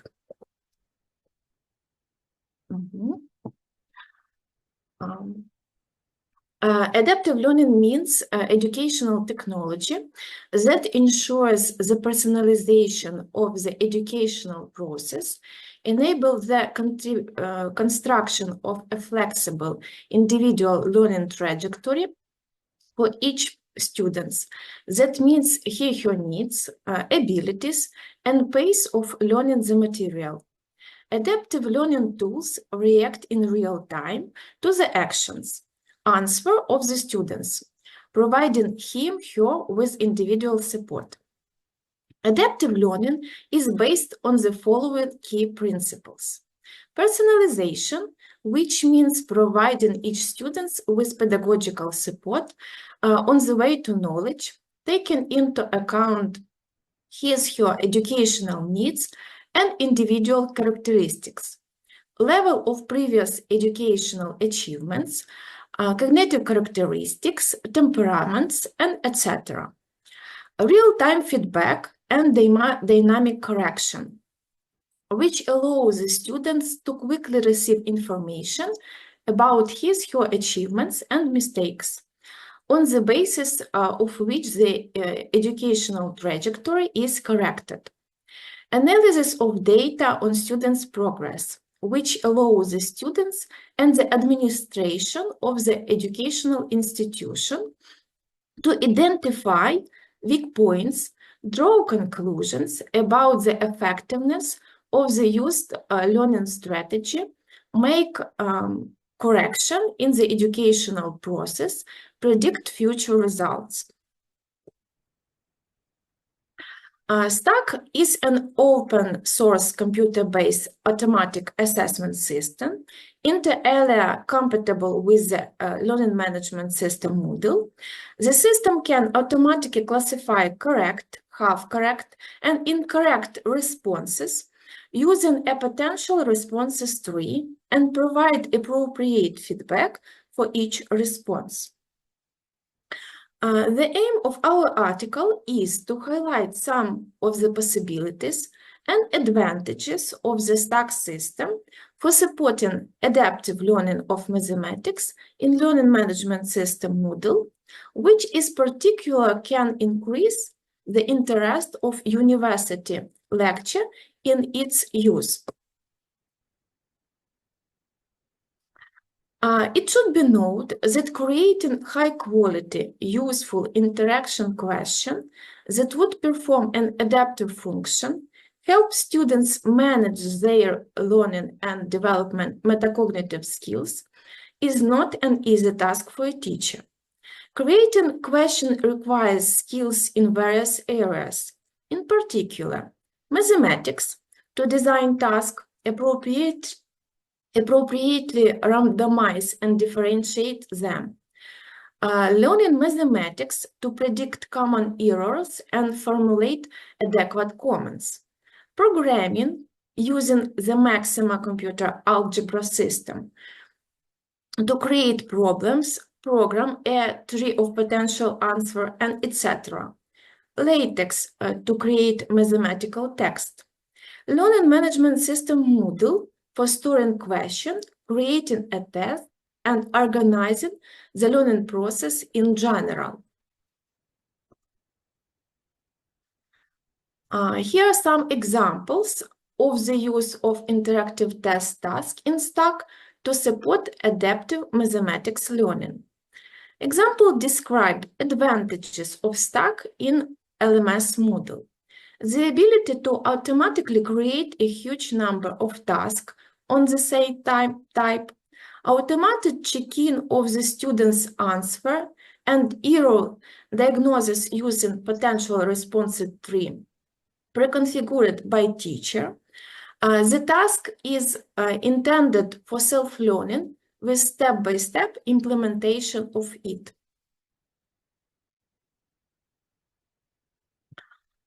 Example 1. The complex task on the topic derivative, see figure 1, requires the student to understand the concept of a derivative and its geometric meaning, to have certain procedural skills. Another useful function of the system is automated check-in of the student's answer and error diagnosing using potential response tree pre-configured by the teacher. See figure 2. In this way, the teacher does not need to guess after each answer of the students why he or she gave such an answer. Stack does it for him, her. For example, if a student incorrectly found the form of the derivative at the variable point x, but based on its form of the derivative, correctly calculate its value at a specific point, then Stack automatically recognizes this error and generates a corresponding comment. See comment to question 2 in figure 1. The GeoGebra window prompts the students to check whether he/she has correctly written the tangent equation, item 3, figure 1, and draw a conclusion. Example 2. The task on the topic, a rational equation, is an example of a task differentiated by level of complexity. First, reproductive level, the ability to apply the theory in standard situation to solve typical problems. Second, the level of established connection, the ability to perform additional transformation, solve problems that require knowledge of various sections of mathematics and problem with various conditions. Third, search and research level, ability to conduct the necessary research, reveal a creative approach. Using the grouping users in Moodle function, based on previous knowledge, the teacher divides students into group by level. Different groups are offered tasks with a corresponding level of cognitive requirements. The groups are dynamic, and the students, according to his/her progress, migrate from one group to another, trying to achieve the best possible results. Figure 3 present a screenshot of student's answer to the second level task with a comment of his/her incorrect answer. Please note that the comment does not directly indicate what the error is. Of course, the author of the comment understands the reason for the error.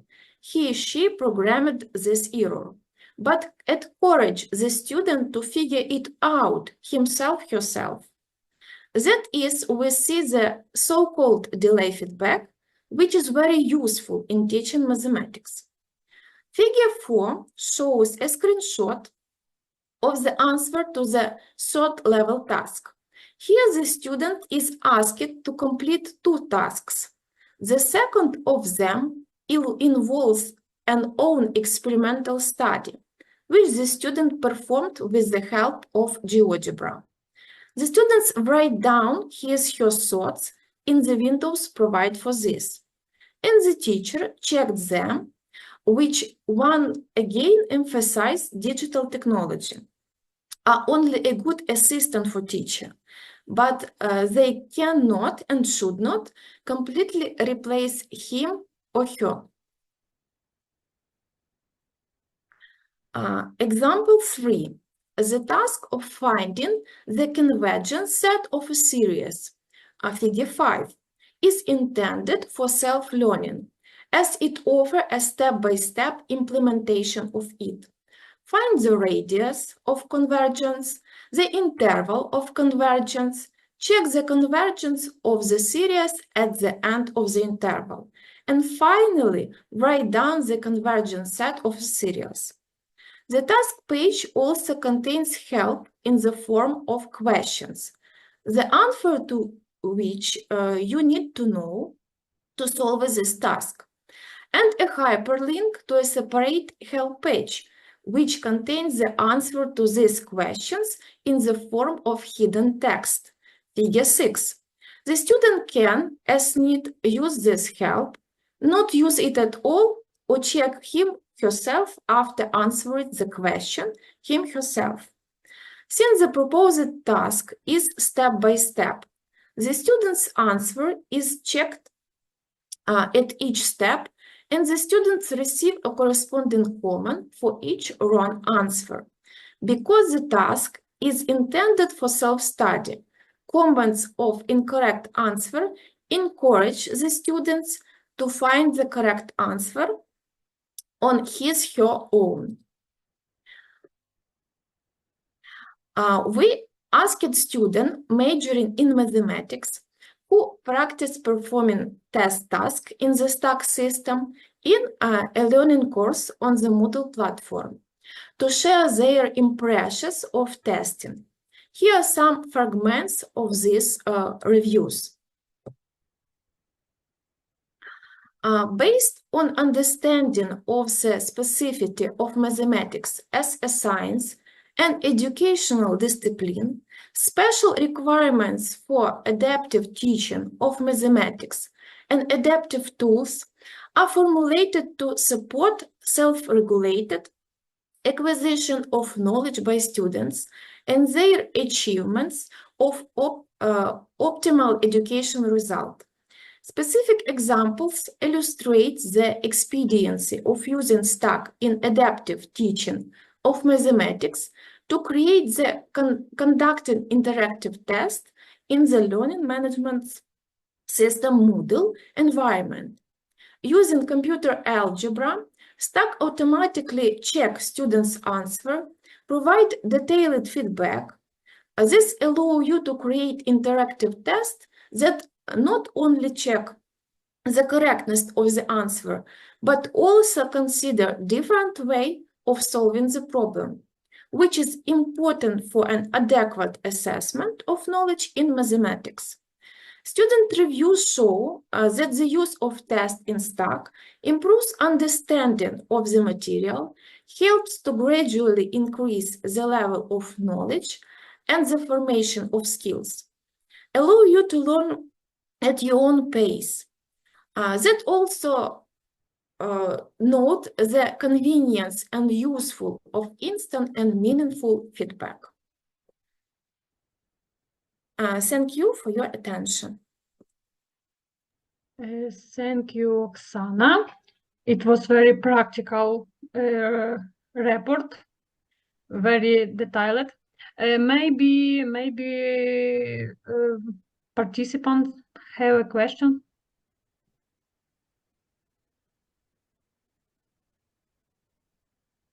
Okay, then I have a question. What do you think about integrate stack stack approach with other adaptive learning tools? Okay, when we write the article, we show different adaptive learning tools and different adaptive learning system. But in our university, we use Moodle for learning environment. And we have certificated learning courses, and we decided to use this stack technology, stack system to support adaptive learning in our university. Thank you. Maybe anyone has a question? If not, let's go to next study, and this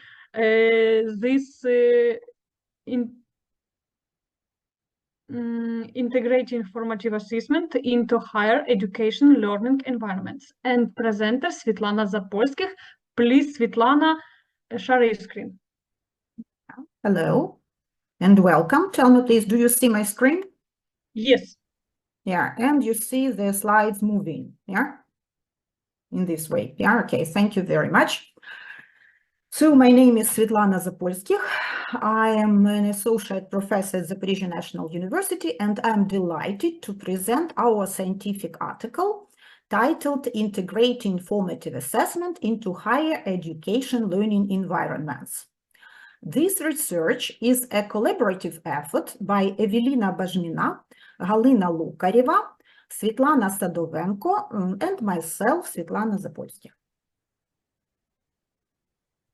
Let me share you the heart of this study, a pedagogical experiment we conducted at Zaporizhzhia Polytechnic National University in 2023-2024 academic year, focusing on the graphic training of first-year engineering students.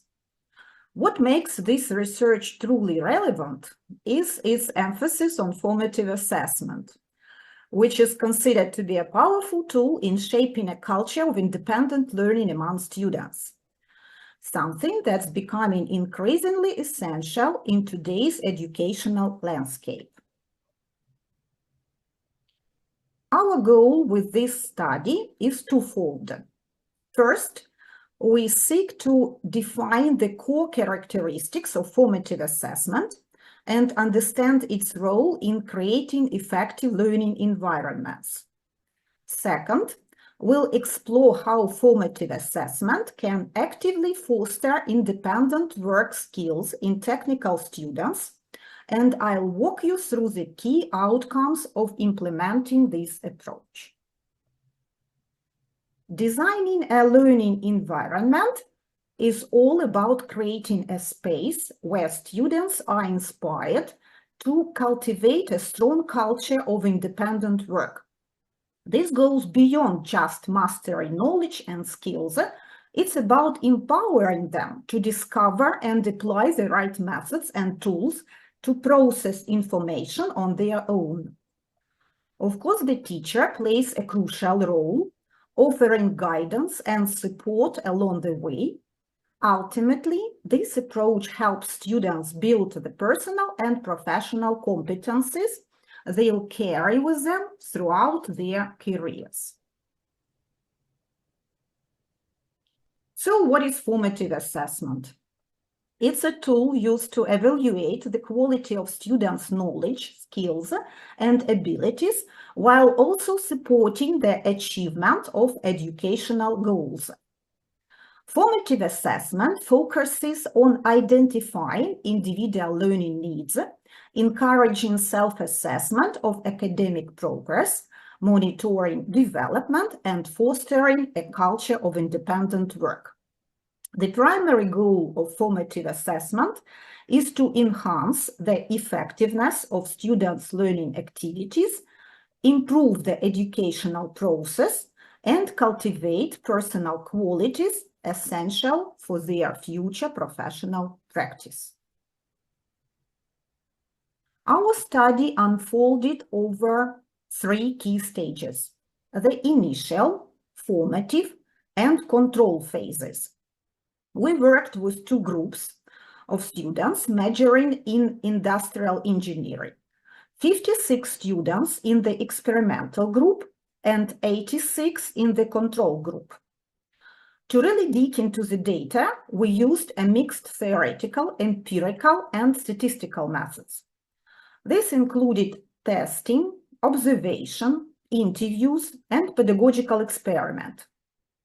To ensure the reliability of our findings, we analyzed the empirical data using the non-parametric chi-square test, providing a solid statistical foundation for our conclusions. In today's educational landscape, formative assessment is a game changer when it comes to shaping the learning experience. Our research highlighted 3 key forms that have a major impact on student success: self-assessment, peer assessment, and teacher assessment. Each method brings something unique to the table, helping evaluate students' independent work in a way that's both comprehensive and reflective. Together, they create a dynamic feedback loop that enriches the learning process. Integrating formative assessment into the learning environment brings substantial benefits to both students and teachers. For students, it serves as a powerful tool for self-reflection, enable them to assess their achievements, track academic progress, and observe the development of their knowledge, skills, and abilities. It also helps them identify errors or gaps in understanding, allowing them to address issues early on. For teachers, formative assessment is equally valuable. It allows them to guide students in recognizing their strengths and areas for improvement, ensuring key learning objectives are met. Additionally, it offers insights into their own teaching practices, helping to identify the correct gaps, ultimately enhancing instructional techniques. In the formative assessment process, the teacher's evaluation of students' independent work is guided by clear criteria, focusing on tracking academic progress, identifying challenges, and providing personalized support. The key to successful assessment is creating a positive experience for each student, one that fosters a sense of satisfaction in their learning journey and nurtures a culture of independent work. This process is inherently cyclical, involves continuous tracking of students' progress. Each cycle systematically records the outcomes of specific actions, enabling ongoing reflection and improvement. The frequency of assessments within a lesson can vary, depending on how quickly students are progressing towards their goals. This cyclical approach ensures that assessment is not a one-time event, but an integral part of the learning process, continually supporting the guiding students as they advance.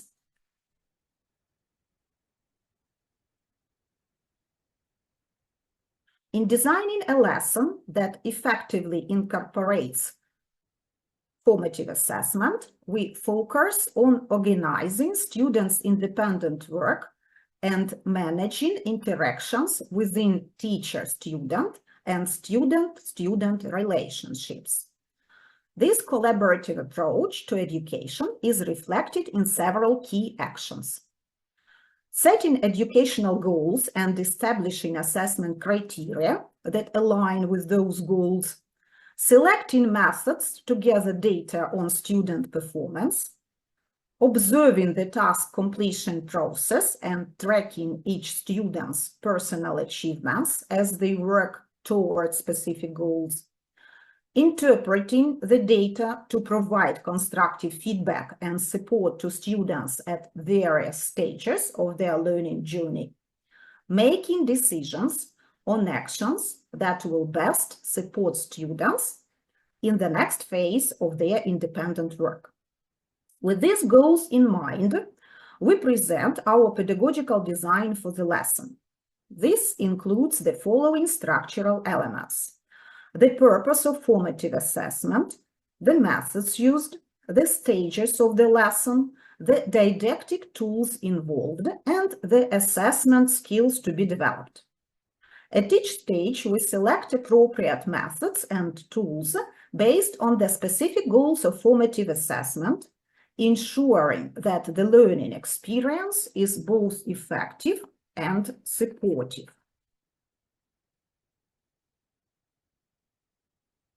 To truly nurture a culture of independent work, we need to focus on developing key qualities in our students.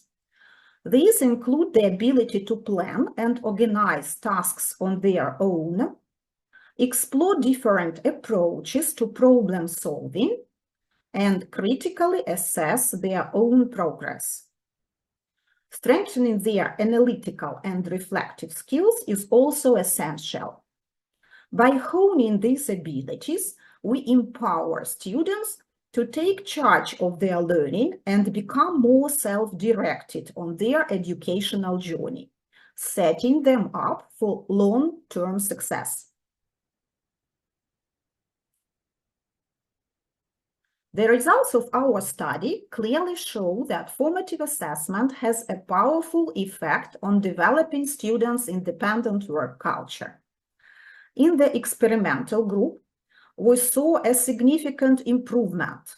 50% of students reached a productive level, and 8.3% even achieved a creative level.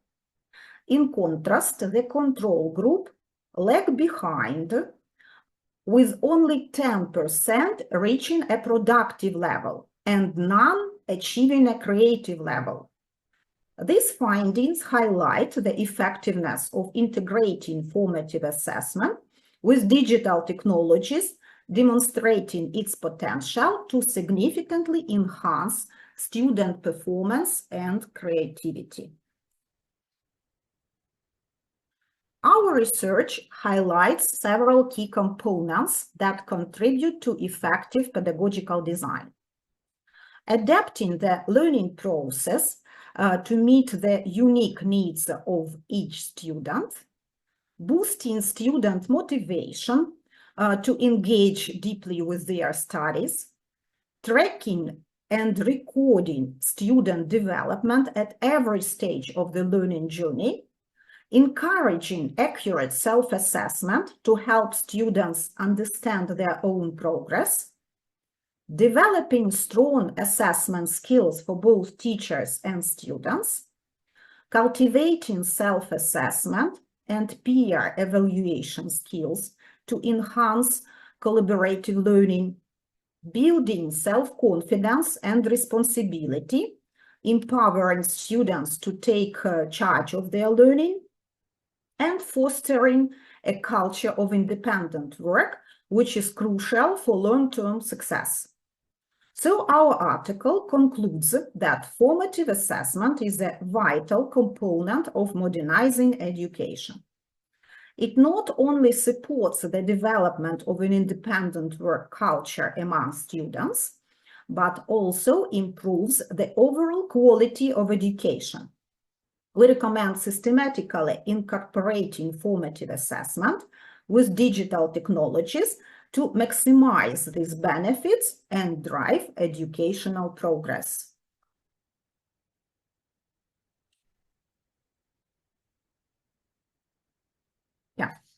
And speaking about the prospective areas of further scientific research. So in moving forward with this research, several exciting directions hold great potential. First, there is a need to refine the ways we develop self-education and self-assessment skills in technical fields, particularly through enhanced graphic training methods. This could significantly benefit future specialists.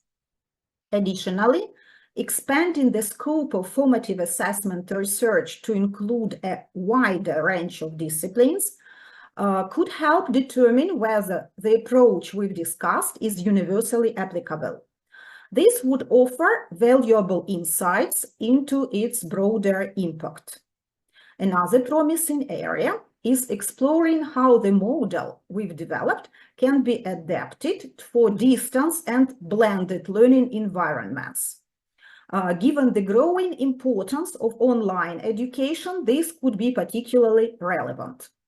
Moreover, a comparative analysis of various digital tools used in formative assessment would provide a deeper understanding of their effectiveness, helping educators choose the best tools for their specific needs. Lastly, it's essential to consider the psychological impact of formative assessment on students, especially in terms of motivation and self-esteem. Understanding these effects could lead to more supportive and effective educational practices. These research directions are not just theoretical, they offer real opportunities to enhance the educational process and better prepare future professionals.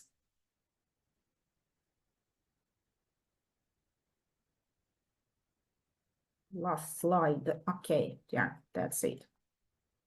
So, in conclusion, our final conclusion that after diving deep into the scientific literature on formative assessment and analyzing the results of our pedagogical experiment, one thing is crystal clear: formative assessment is pivotal in modernizing education. It plays a crucial role in shaping learning environment that nurtures students' independence, particularly in their professional training, and elevates the overall quality of education. The potential it has to enhance the learning process and empower students to take charge of their own development is immense. And thank you for your attention.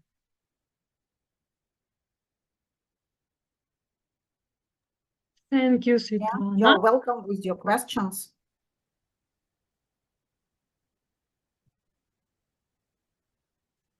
Why is formative assessment important in our modern teaching context? Yeah, thank you very much for the question, yeah. So I would like to highlight that, yeah, of course, this formative assessment, it's not a new phenomenon, yeah, in teaching practices. It's not a new method or complex of methods, but nowadays we have a real problem in our online mode that teachers lose this connection with students, and using this formative assessment in a proper way can help and make our education more interactive, as both teachers and students suffer from this lack of interaction, as students need to have support and to understand that they get this progress, and this, for example, peer assessment, it contributes to communication among students, and formative assessment, different conversations, tests, so in different forms, conducted in different forms, it helps teachers to trace progress. And of course, all in all, in general, it contributes to the efficiency. And as a result, we get, especially in our modern context, when we are deprived of the possibility to meet students face to face, we see the psychological state of our students. Not only psychological, we can trace this progress, and all in all, it contributes to the efficiency of preparation of real professional. Thank you, Evelina, for your question, and Svetlana for answer. I want, I have a question too. What do you think about artificial intelligence, about machine learning, and their role in formative assessment? This question is actualized by the agreed time consumption of the real human on the formative assessment. What about these tools? It's interesting for us. Of course, to create tasks, students in general, it places a great maybe burden on teachers. Just creating these tasks for formative assessment, because they are to be used all the time. And of course, teachers use artificial intelligence. They use both GPT chat and Tweet to create these tasks, this assessment. But the problem is that, of course, the main role is teachers. As you mentioned, that this artificial intelligence, it has a lot of problems, and teachers are to control and to check the tasks created, and they are to modify the tasks, because sometimes this artificial intelligence, it goes not the way the teachers need.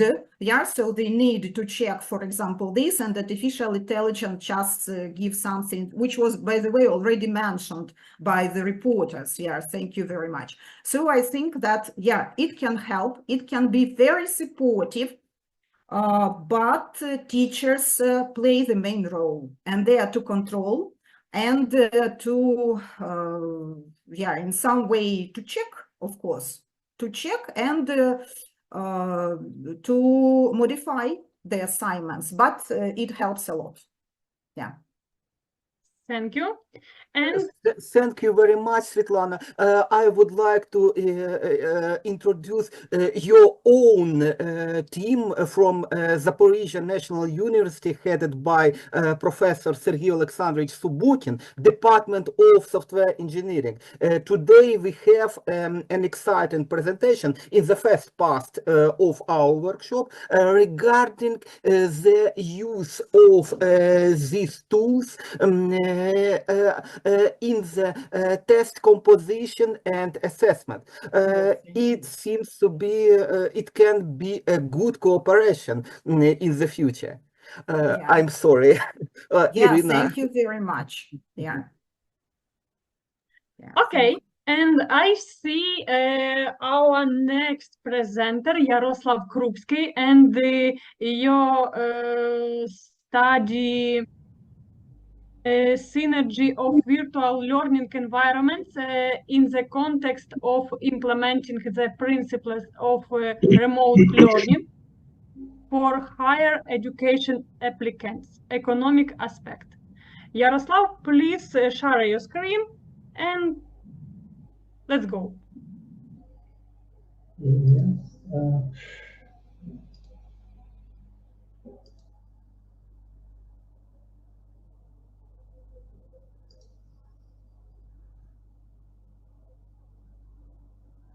Видно?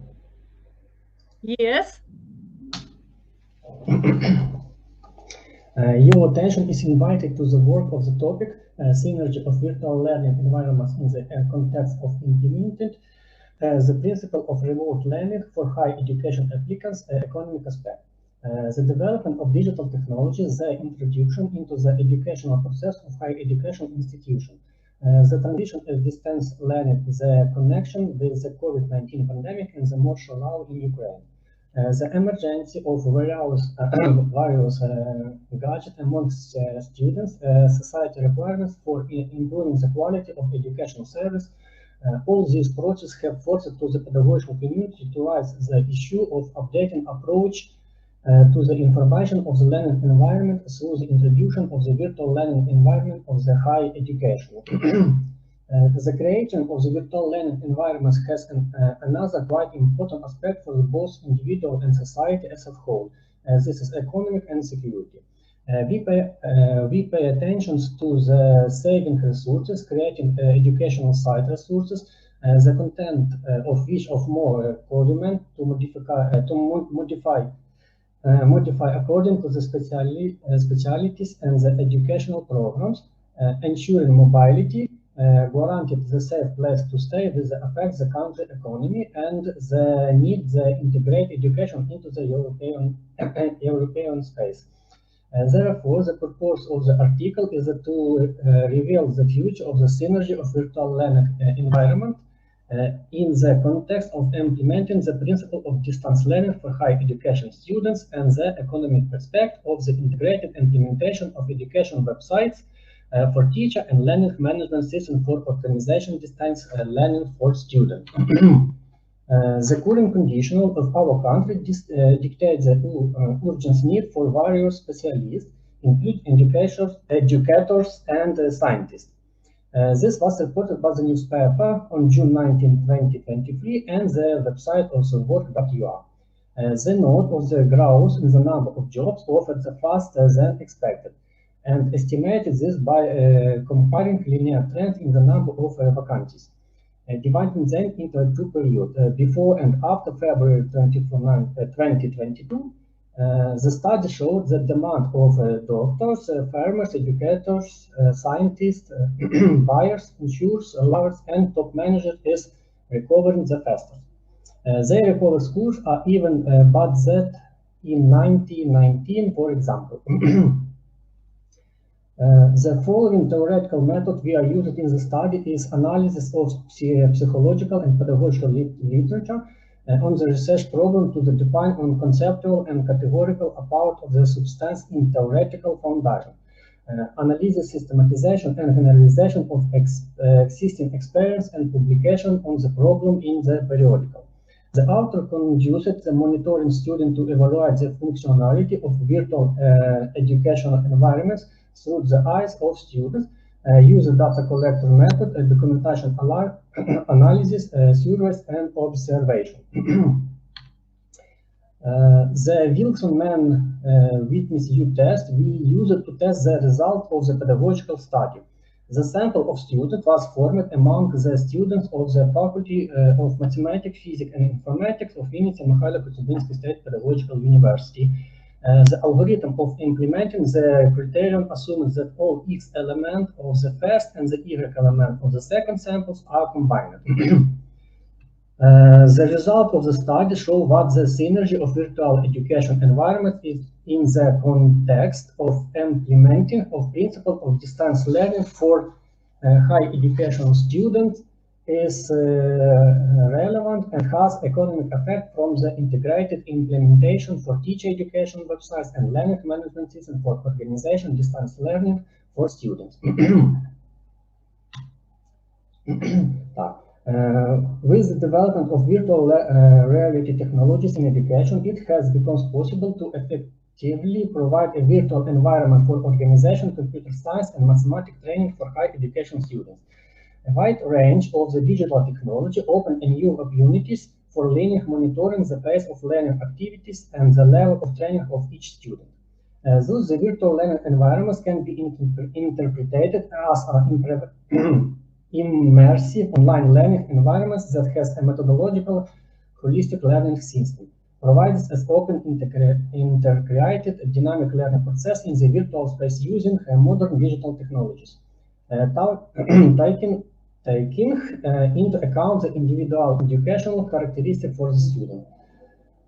The peculiarity of training a modern specialist is that today's student is formed in the information society and able to independent obtain information through electronic resources. However, there is a great need to teach them how to quickly search of the necessary information, process, assimilate, and use it to understand the educational material. To this end, we see the effective use of the teacher's personal websites and educational process. The requirements for the site are consistent with the function it should perform. Its information, development, formative, education, and managerial are subordinated to the trade, students, and the textbooks, or site, or teacher. At the same time, the role of the teacher is significantly enhanced because it's their teaches students to search for, analyze, and process new information of their own. Therefore, the teacher website should be integrated in the learning technology that the teacher designs and implements.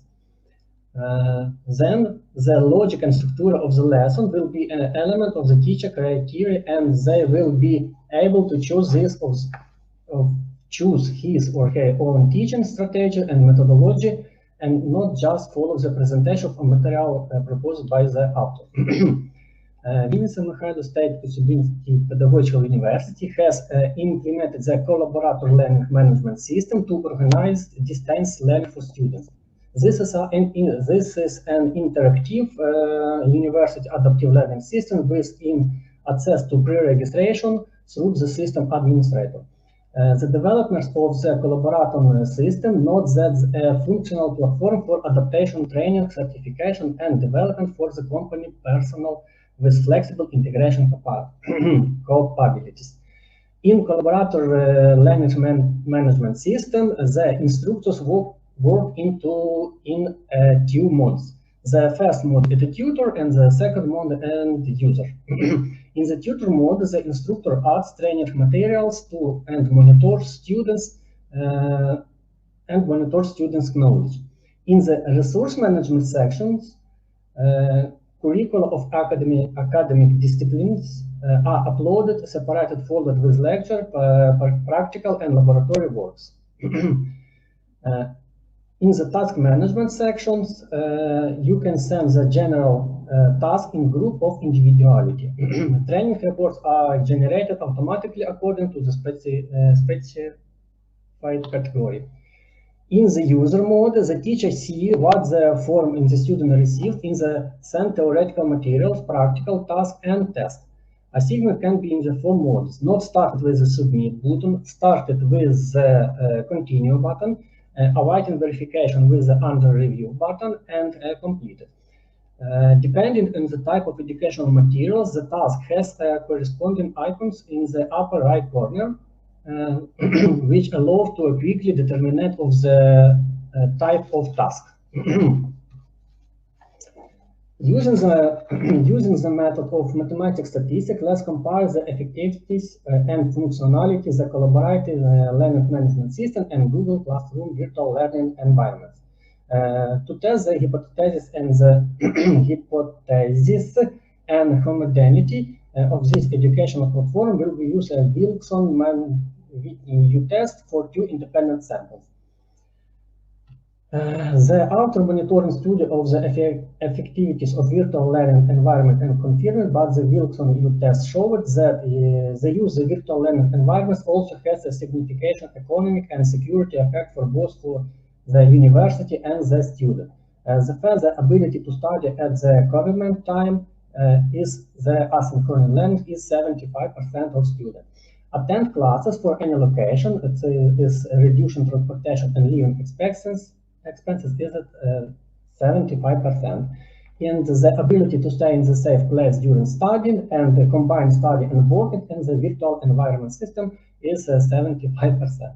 Using the method of mathematics statistics, and the author have carried out the comparative analysis of the effectivities and functionality of some virtual educational levels. Yes, thank you for watching. Thank you, Yaroslav, for your practical experience. It's very interesting experience, and maybe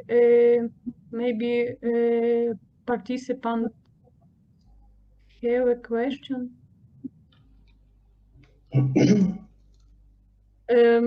I have a question. Next, please. What do you think about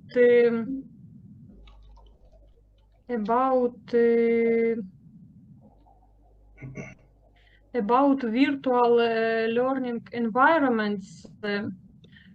How can virtual learning environments be further optimized to address the specific challenges faced by Ukrainian students during martial law?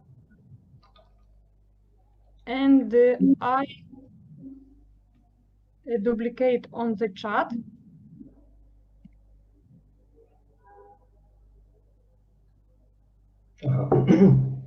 No, optimizing virtual learning for the Ukrainian involves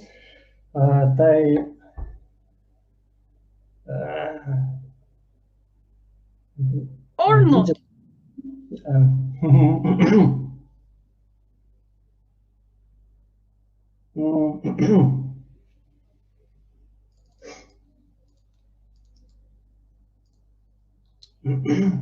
Or maybe this will be next our study.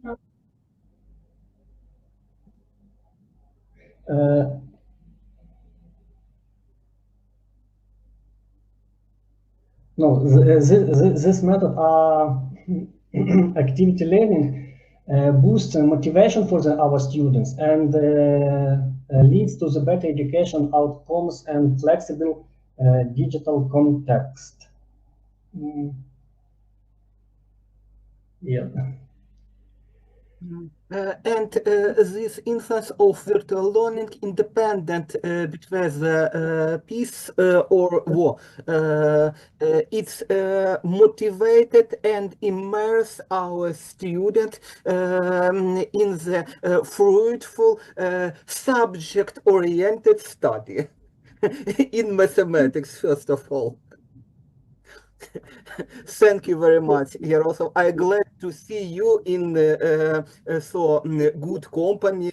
Our greetings to Mariana Mikhailovna and your other co-teams. Thank you very much. Thank you.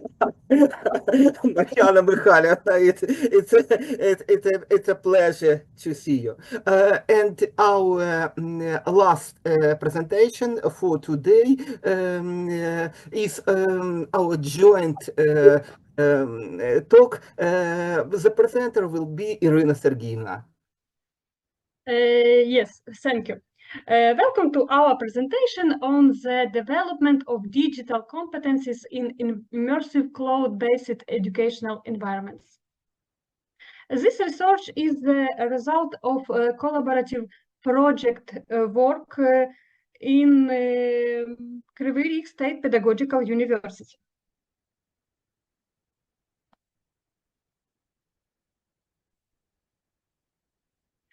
Digital transformation of society has created an urgent need for new competencies among university graduates.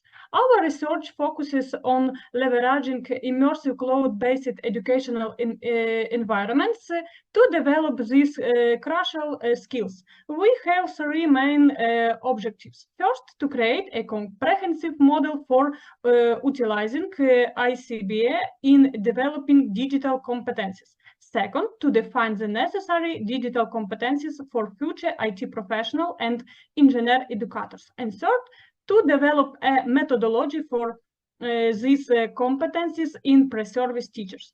This approach aims to prepare students for the challenges of the digital world and ensure their competency in the evolving job market. This diagram illustrates our model for developing digital competencies using an immersive cloud-based and educational environment. At the core is the ICBA, which integrates students, teachers, and advanced technologies. This environment facilitates innovative teaching methods with a focus on STEM education and project-based learning. The model emphasizes the interconnected nature of these components and how they collectively contribute to building essential digital skills in higher educational students. By leveraging cloud platforms, immersive technologies like virtual and augmented reality and modern pedagogical approaches, we create a powerful ecosystem for digital competency development.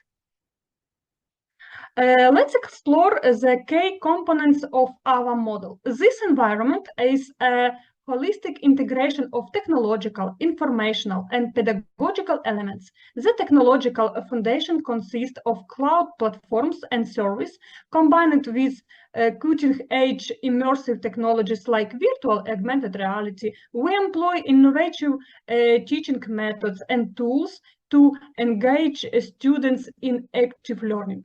Our approach heavy emphasizes STEM education and project-based learning with a crucial for developing practical, real-world skills. These components work together to create an innovation infrastructure for implementing personalized and practice-based learning. The ultimate goal of this model is to cultivate a comprehensive set of digital competencies that will prepare students for the challenges of the modern workplace and promote lifelong learning in our digitally transformed society. For IT professionals, we identified a set of crucial digital competencies. This includes strong technological skills in both hardware and software, which form the foundation of their expertise. However, technical skills alone are not enough in today's collaborative work environments. We also emphasize effective communication and collaboration abilities, as IT projects often involve teamwork and interaction with non-technical stakeholders. Project management skills using digital tools and are essential for coordination complex IT initiatives. Additionally, we categorized several soft skills that are vital to the success in the IT field. These include personal effectiveness, advanced communication skills, management abilities, strategic thinking, and proficient information management. This combination of technical and soft skills creates well-rounded IT professional ready to tackle the challenges of the digital world and adapt to rapidly changing technologies. Engineer educators play a crucial role in preparing the next generation of professionals. Their digital competencies encompass two main areas. First, they need strong personal digital skills to navigate and utilize various technology effectively. Second, and equally important, are their methodological competencies, the ability to integrate digital technology into their teaching practice. This includes proficiency in using cloud-based learning management systems to organize and deliver courses efficiently. They should be adept and leveraging cloud tools to create interactive contact and facilitate communication and collaboration among students. We emphasize skills in developing in employing virtual reality simulation for immersive learning experiences, as well as creating augmented reality applications to enhance the visualization of complex context. These competencies enable engineering educators to create engaging technology and enhanced learning environments that prepare students for the digital future and foster innovation in education. This diagram presents our comprehensive system of digital competencies for IT professionals and engineer educators. We identified the 6 core areas: technological, information analytical, communicative, security, design, and methodological. Each of these main competencies branches into specific skills. For instance, technological competencies include programming and system administration. Information analytical skills cover data analysis and visualization. Communicative competencies emphasize collaboration and presentation skills. Security focused on cybersecurity and data protection. Design competencies include project management and testing. Finally, methodological skills involve content development and assessment. This systematic approach ensures that we cover all crucial aspects of digital literacy, preparing students for the challenges of digital world. The formation of these competencies requires a systematic approach.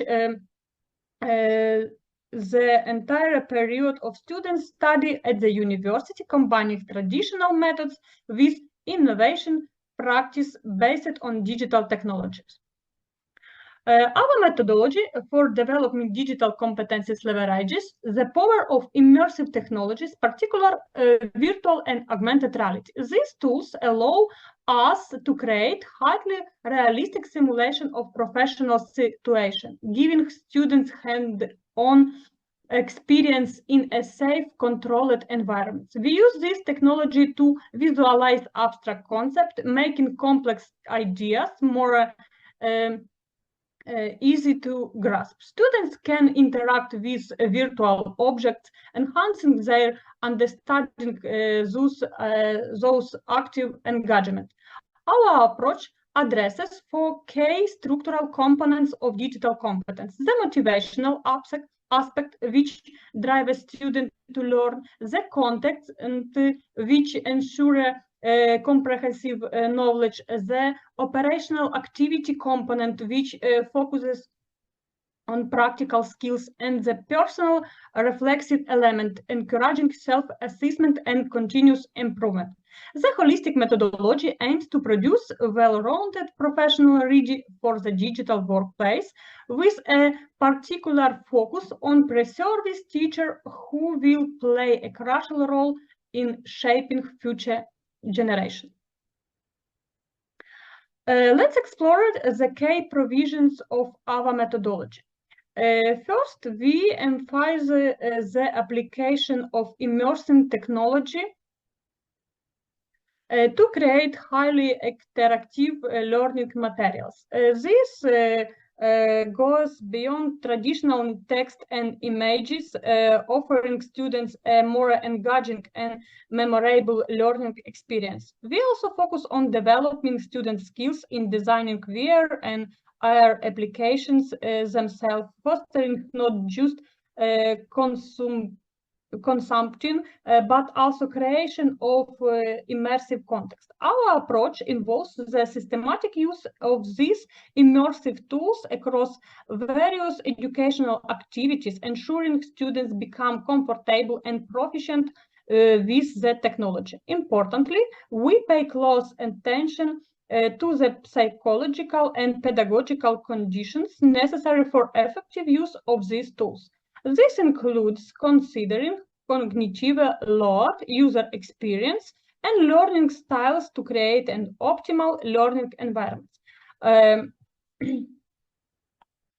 This diagram presents our structural functional model for developing digital competencies in pre-service teaching using immersive technologies. At the top, we have our primary aim, the development of digital competencies. This is supported by our approach, which combines competence-based person activity, technological, and immersive methodologies. Our principles include systematicity, visualization, accessibility, connection theory with practice, and innovation. The model is divided into 3 main components: learning content, which covers school disciplines, teaching methods, and pedagogy and psychology; immersive technology tools, including virtual reality systems, 3D modeling tools, and augmented reality platforms; and forms and methods such as immersive lectures, labs, teaching practice with immersive elements, and project-based learning. All these components work together to achieve our desired results, well-developed digital competencies in pre-service teaching. This comprehensive model ensures that our future educators are not only proficient in digital technology, but also capable of effectively integrating them into their teaching practice. Let's take a closer look at the content and tools in our methodology. The learning content is crucial and cover three main areas: full disciplines, which ensure pre-service teachers and well-versed in the subject they'll be teaching methods, which provide them with the pedagogical skills needed for effective instruction, and pedagogy and psychology, which give them a deeper understanding of learning process and student development. On the tools side, we leverage cutting-edge immersive technology. Virtual reality system allow for fully immersive experience, perfect for simulation and virtual field trips. 3D modeling tools enable teachers and students to create and manipulate complex 3D objects, enhancing spatial understanding. Augmented reality platforms and apps overlay digital information onto the real world, creation interactive and engaging learning experiences. By combining this rich content and with powerful immersive tools, we create a learning environment that prepare pre-service teachers for the digital classroom on the future. Our methodology employs a variety of innovation forms and methods to develop digital competencies. We conduct immersive lectures using VR, allowing students to experience complex concepts in a three-dimensional interactive environment. This could involve virtual field trips to historical sites for history lessons or exploring molecular structure and chemistry. Laboratory work utilizing AR and VR application provides hands-on experience with digital tools and simulation. We encourage both individual and group projects where students create their own immersive educational resource. This not only develops their technical skills, but also their creativity and ability to design effective learning experience. Finally, we integrate elements of immersive technologies into pedagogical practice, giving the pre-service teacher the opportunity to apply these tools in real classroom settings. This practical experience is invaluable, is building their confidence and competence in using digital technology for teaching. The expected results of our methodology are multifaceted and impactful. First and foremost, we aim to develop robust digital competencies in pre-service teachers. This goes beyond basic technological literacy, fostering a deep understanding of digital tools and their application and education. Our graduates will not only be proficient users of technology, but also creators of immersive content. They'll have the skills to design and develop VR and AR applications tailored to their teaching needs. Perhaps most importantly, we're cultivating a readiness to apply innovation in their future professional activities. This forward thinking means that is crucial in the rapidly evolving field of educational technology. By equipping our pre-service teacher with these competencies, we're preparing them to be leaders in educational innovation, capable of adapting to new technology and leveraging them to enhance student learning. In conclusion, our research demonstrates the significant potential of immersive cloud-based educational environments in developing crucial digital competencies. Our proposed model successfully integrates the benefits of cloud computing and immersive technologies, creating a powerful platform for digital skills development. we defined a comprehensive system of digital competencies that covers technological, communicative, and analytical and methodological aspects, ensuring a well-rounded skill set for future IT professionals and engineer educators. Our methodology for pre-service teachers involves update content that reflects current technological trends, systematic use of VR and AR tools to provide hands-on experience and innovation teaching methods that leverage these technologies. Looking ahead, our next steps involve experimental verification of this model and methodology, as well as the development of specific methods for using tools in training specialists across various fields. This research contributed significantly to preparing the next generation of educators and IT professionals for the challenges and opportunities of our digital future. Thank you for your attention, and to our presentation, maybe who have a question. And I presented my colleagues, Sergei Semerikov, who and dear Svetlana Grigorьевna Litvinova, who both are consulting Irina Sergeyevna in her doctoral research. We are proud our dear doctorand. According to our program, and unfortunately, we must to almost stop. So I would like to invite dear Svetlana Grigorьевna to finish our workshop.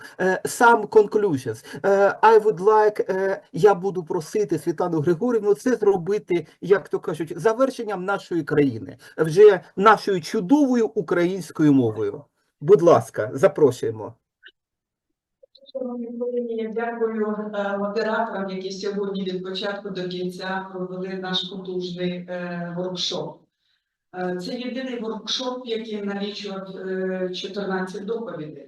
Найбільший воркшоп на сьогоднішній день в рамках конференції ICTERI-2024, з чим я вас і вітаю. Всі доповіді були потужними, ви це побачили, вони були цікавими, вони були насиченими результатами, вони були насичені пропозиціями. Це дуже приємно.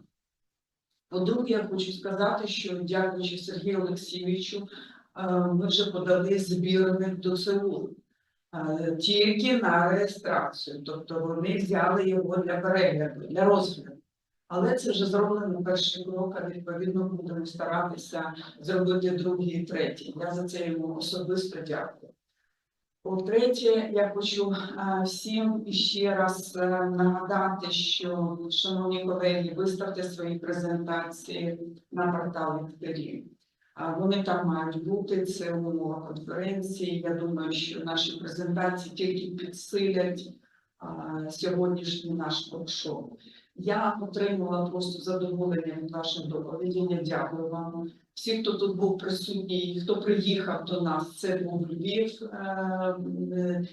університет життєбезпеки. І також приїхали із Сум. І нам було приємно, що ми тут були не вдвох з моєю аспіранткою Світланою Проскурою, а все-таки у нас був такий колектив, який представляв наш воркшоп прямо у Львові. Також вдячна всім, хто зміг виступити безпосередньо, самостійно, без відеозапису. Тому що для нас це було дуже важливо, коли людина проговорює свої досягнення, свої результати, ще раз на чомусь наголошує, були видні емоції, були видні, скажімо так, той труд, який був вкладено саме в цю роботу. Сергій Олексійович, дякуємо вам особисто. Ірина Сергіївна сховалась зробіть її великим екраном, оскільки це ще записується. Дякую вам, Ірина Сергіївна, для підтримки всього нашого колективу. Я бажаю нам всім успіхів і знову ж вам найщиріші вітання зі Львова. Миру, перемоги. Дякуємо ВСУ за те, що дали сьогодні нам можливість без перерви, без повітряної тривоги провести наш воркшоп. Щиро всім дякую. До побачення, до нових зустрічей. До побачення. На все добре. Дякую. До побачення. До побачення.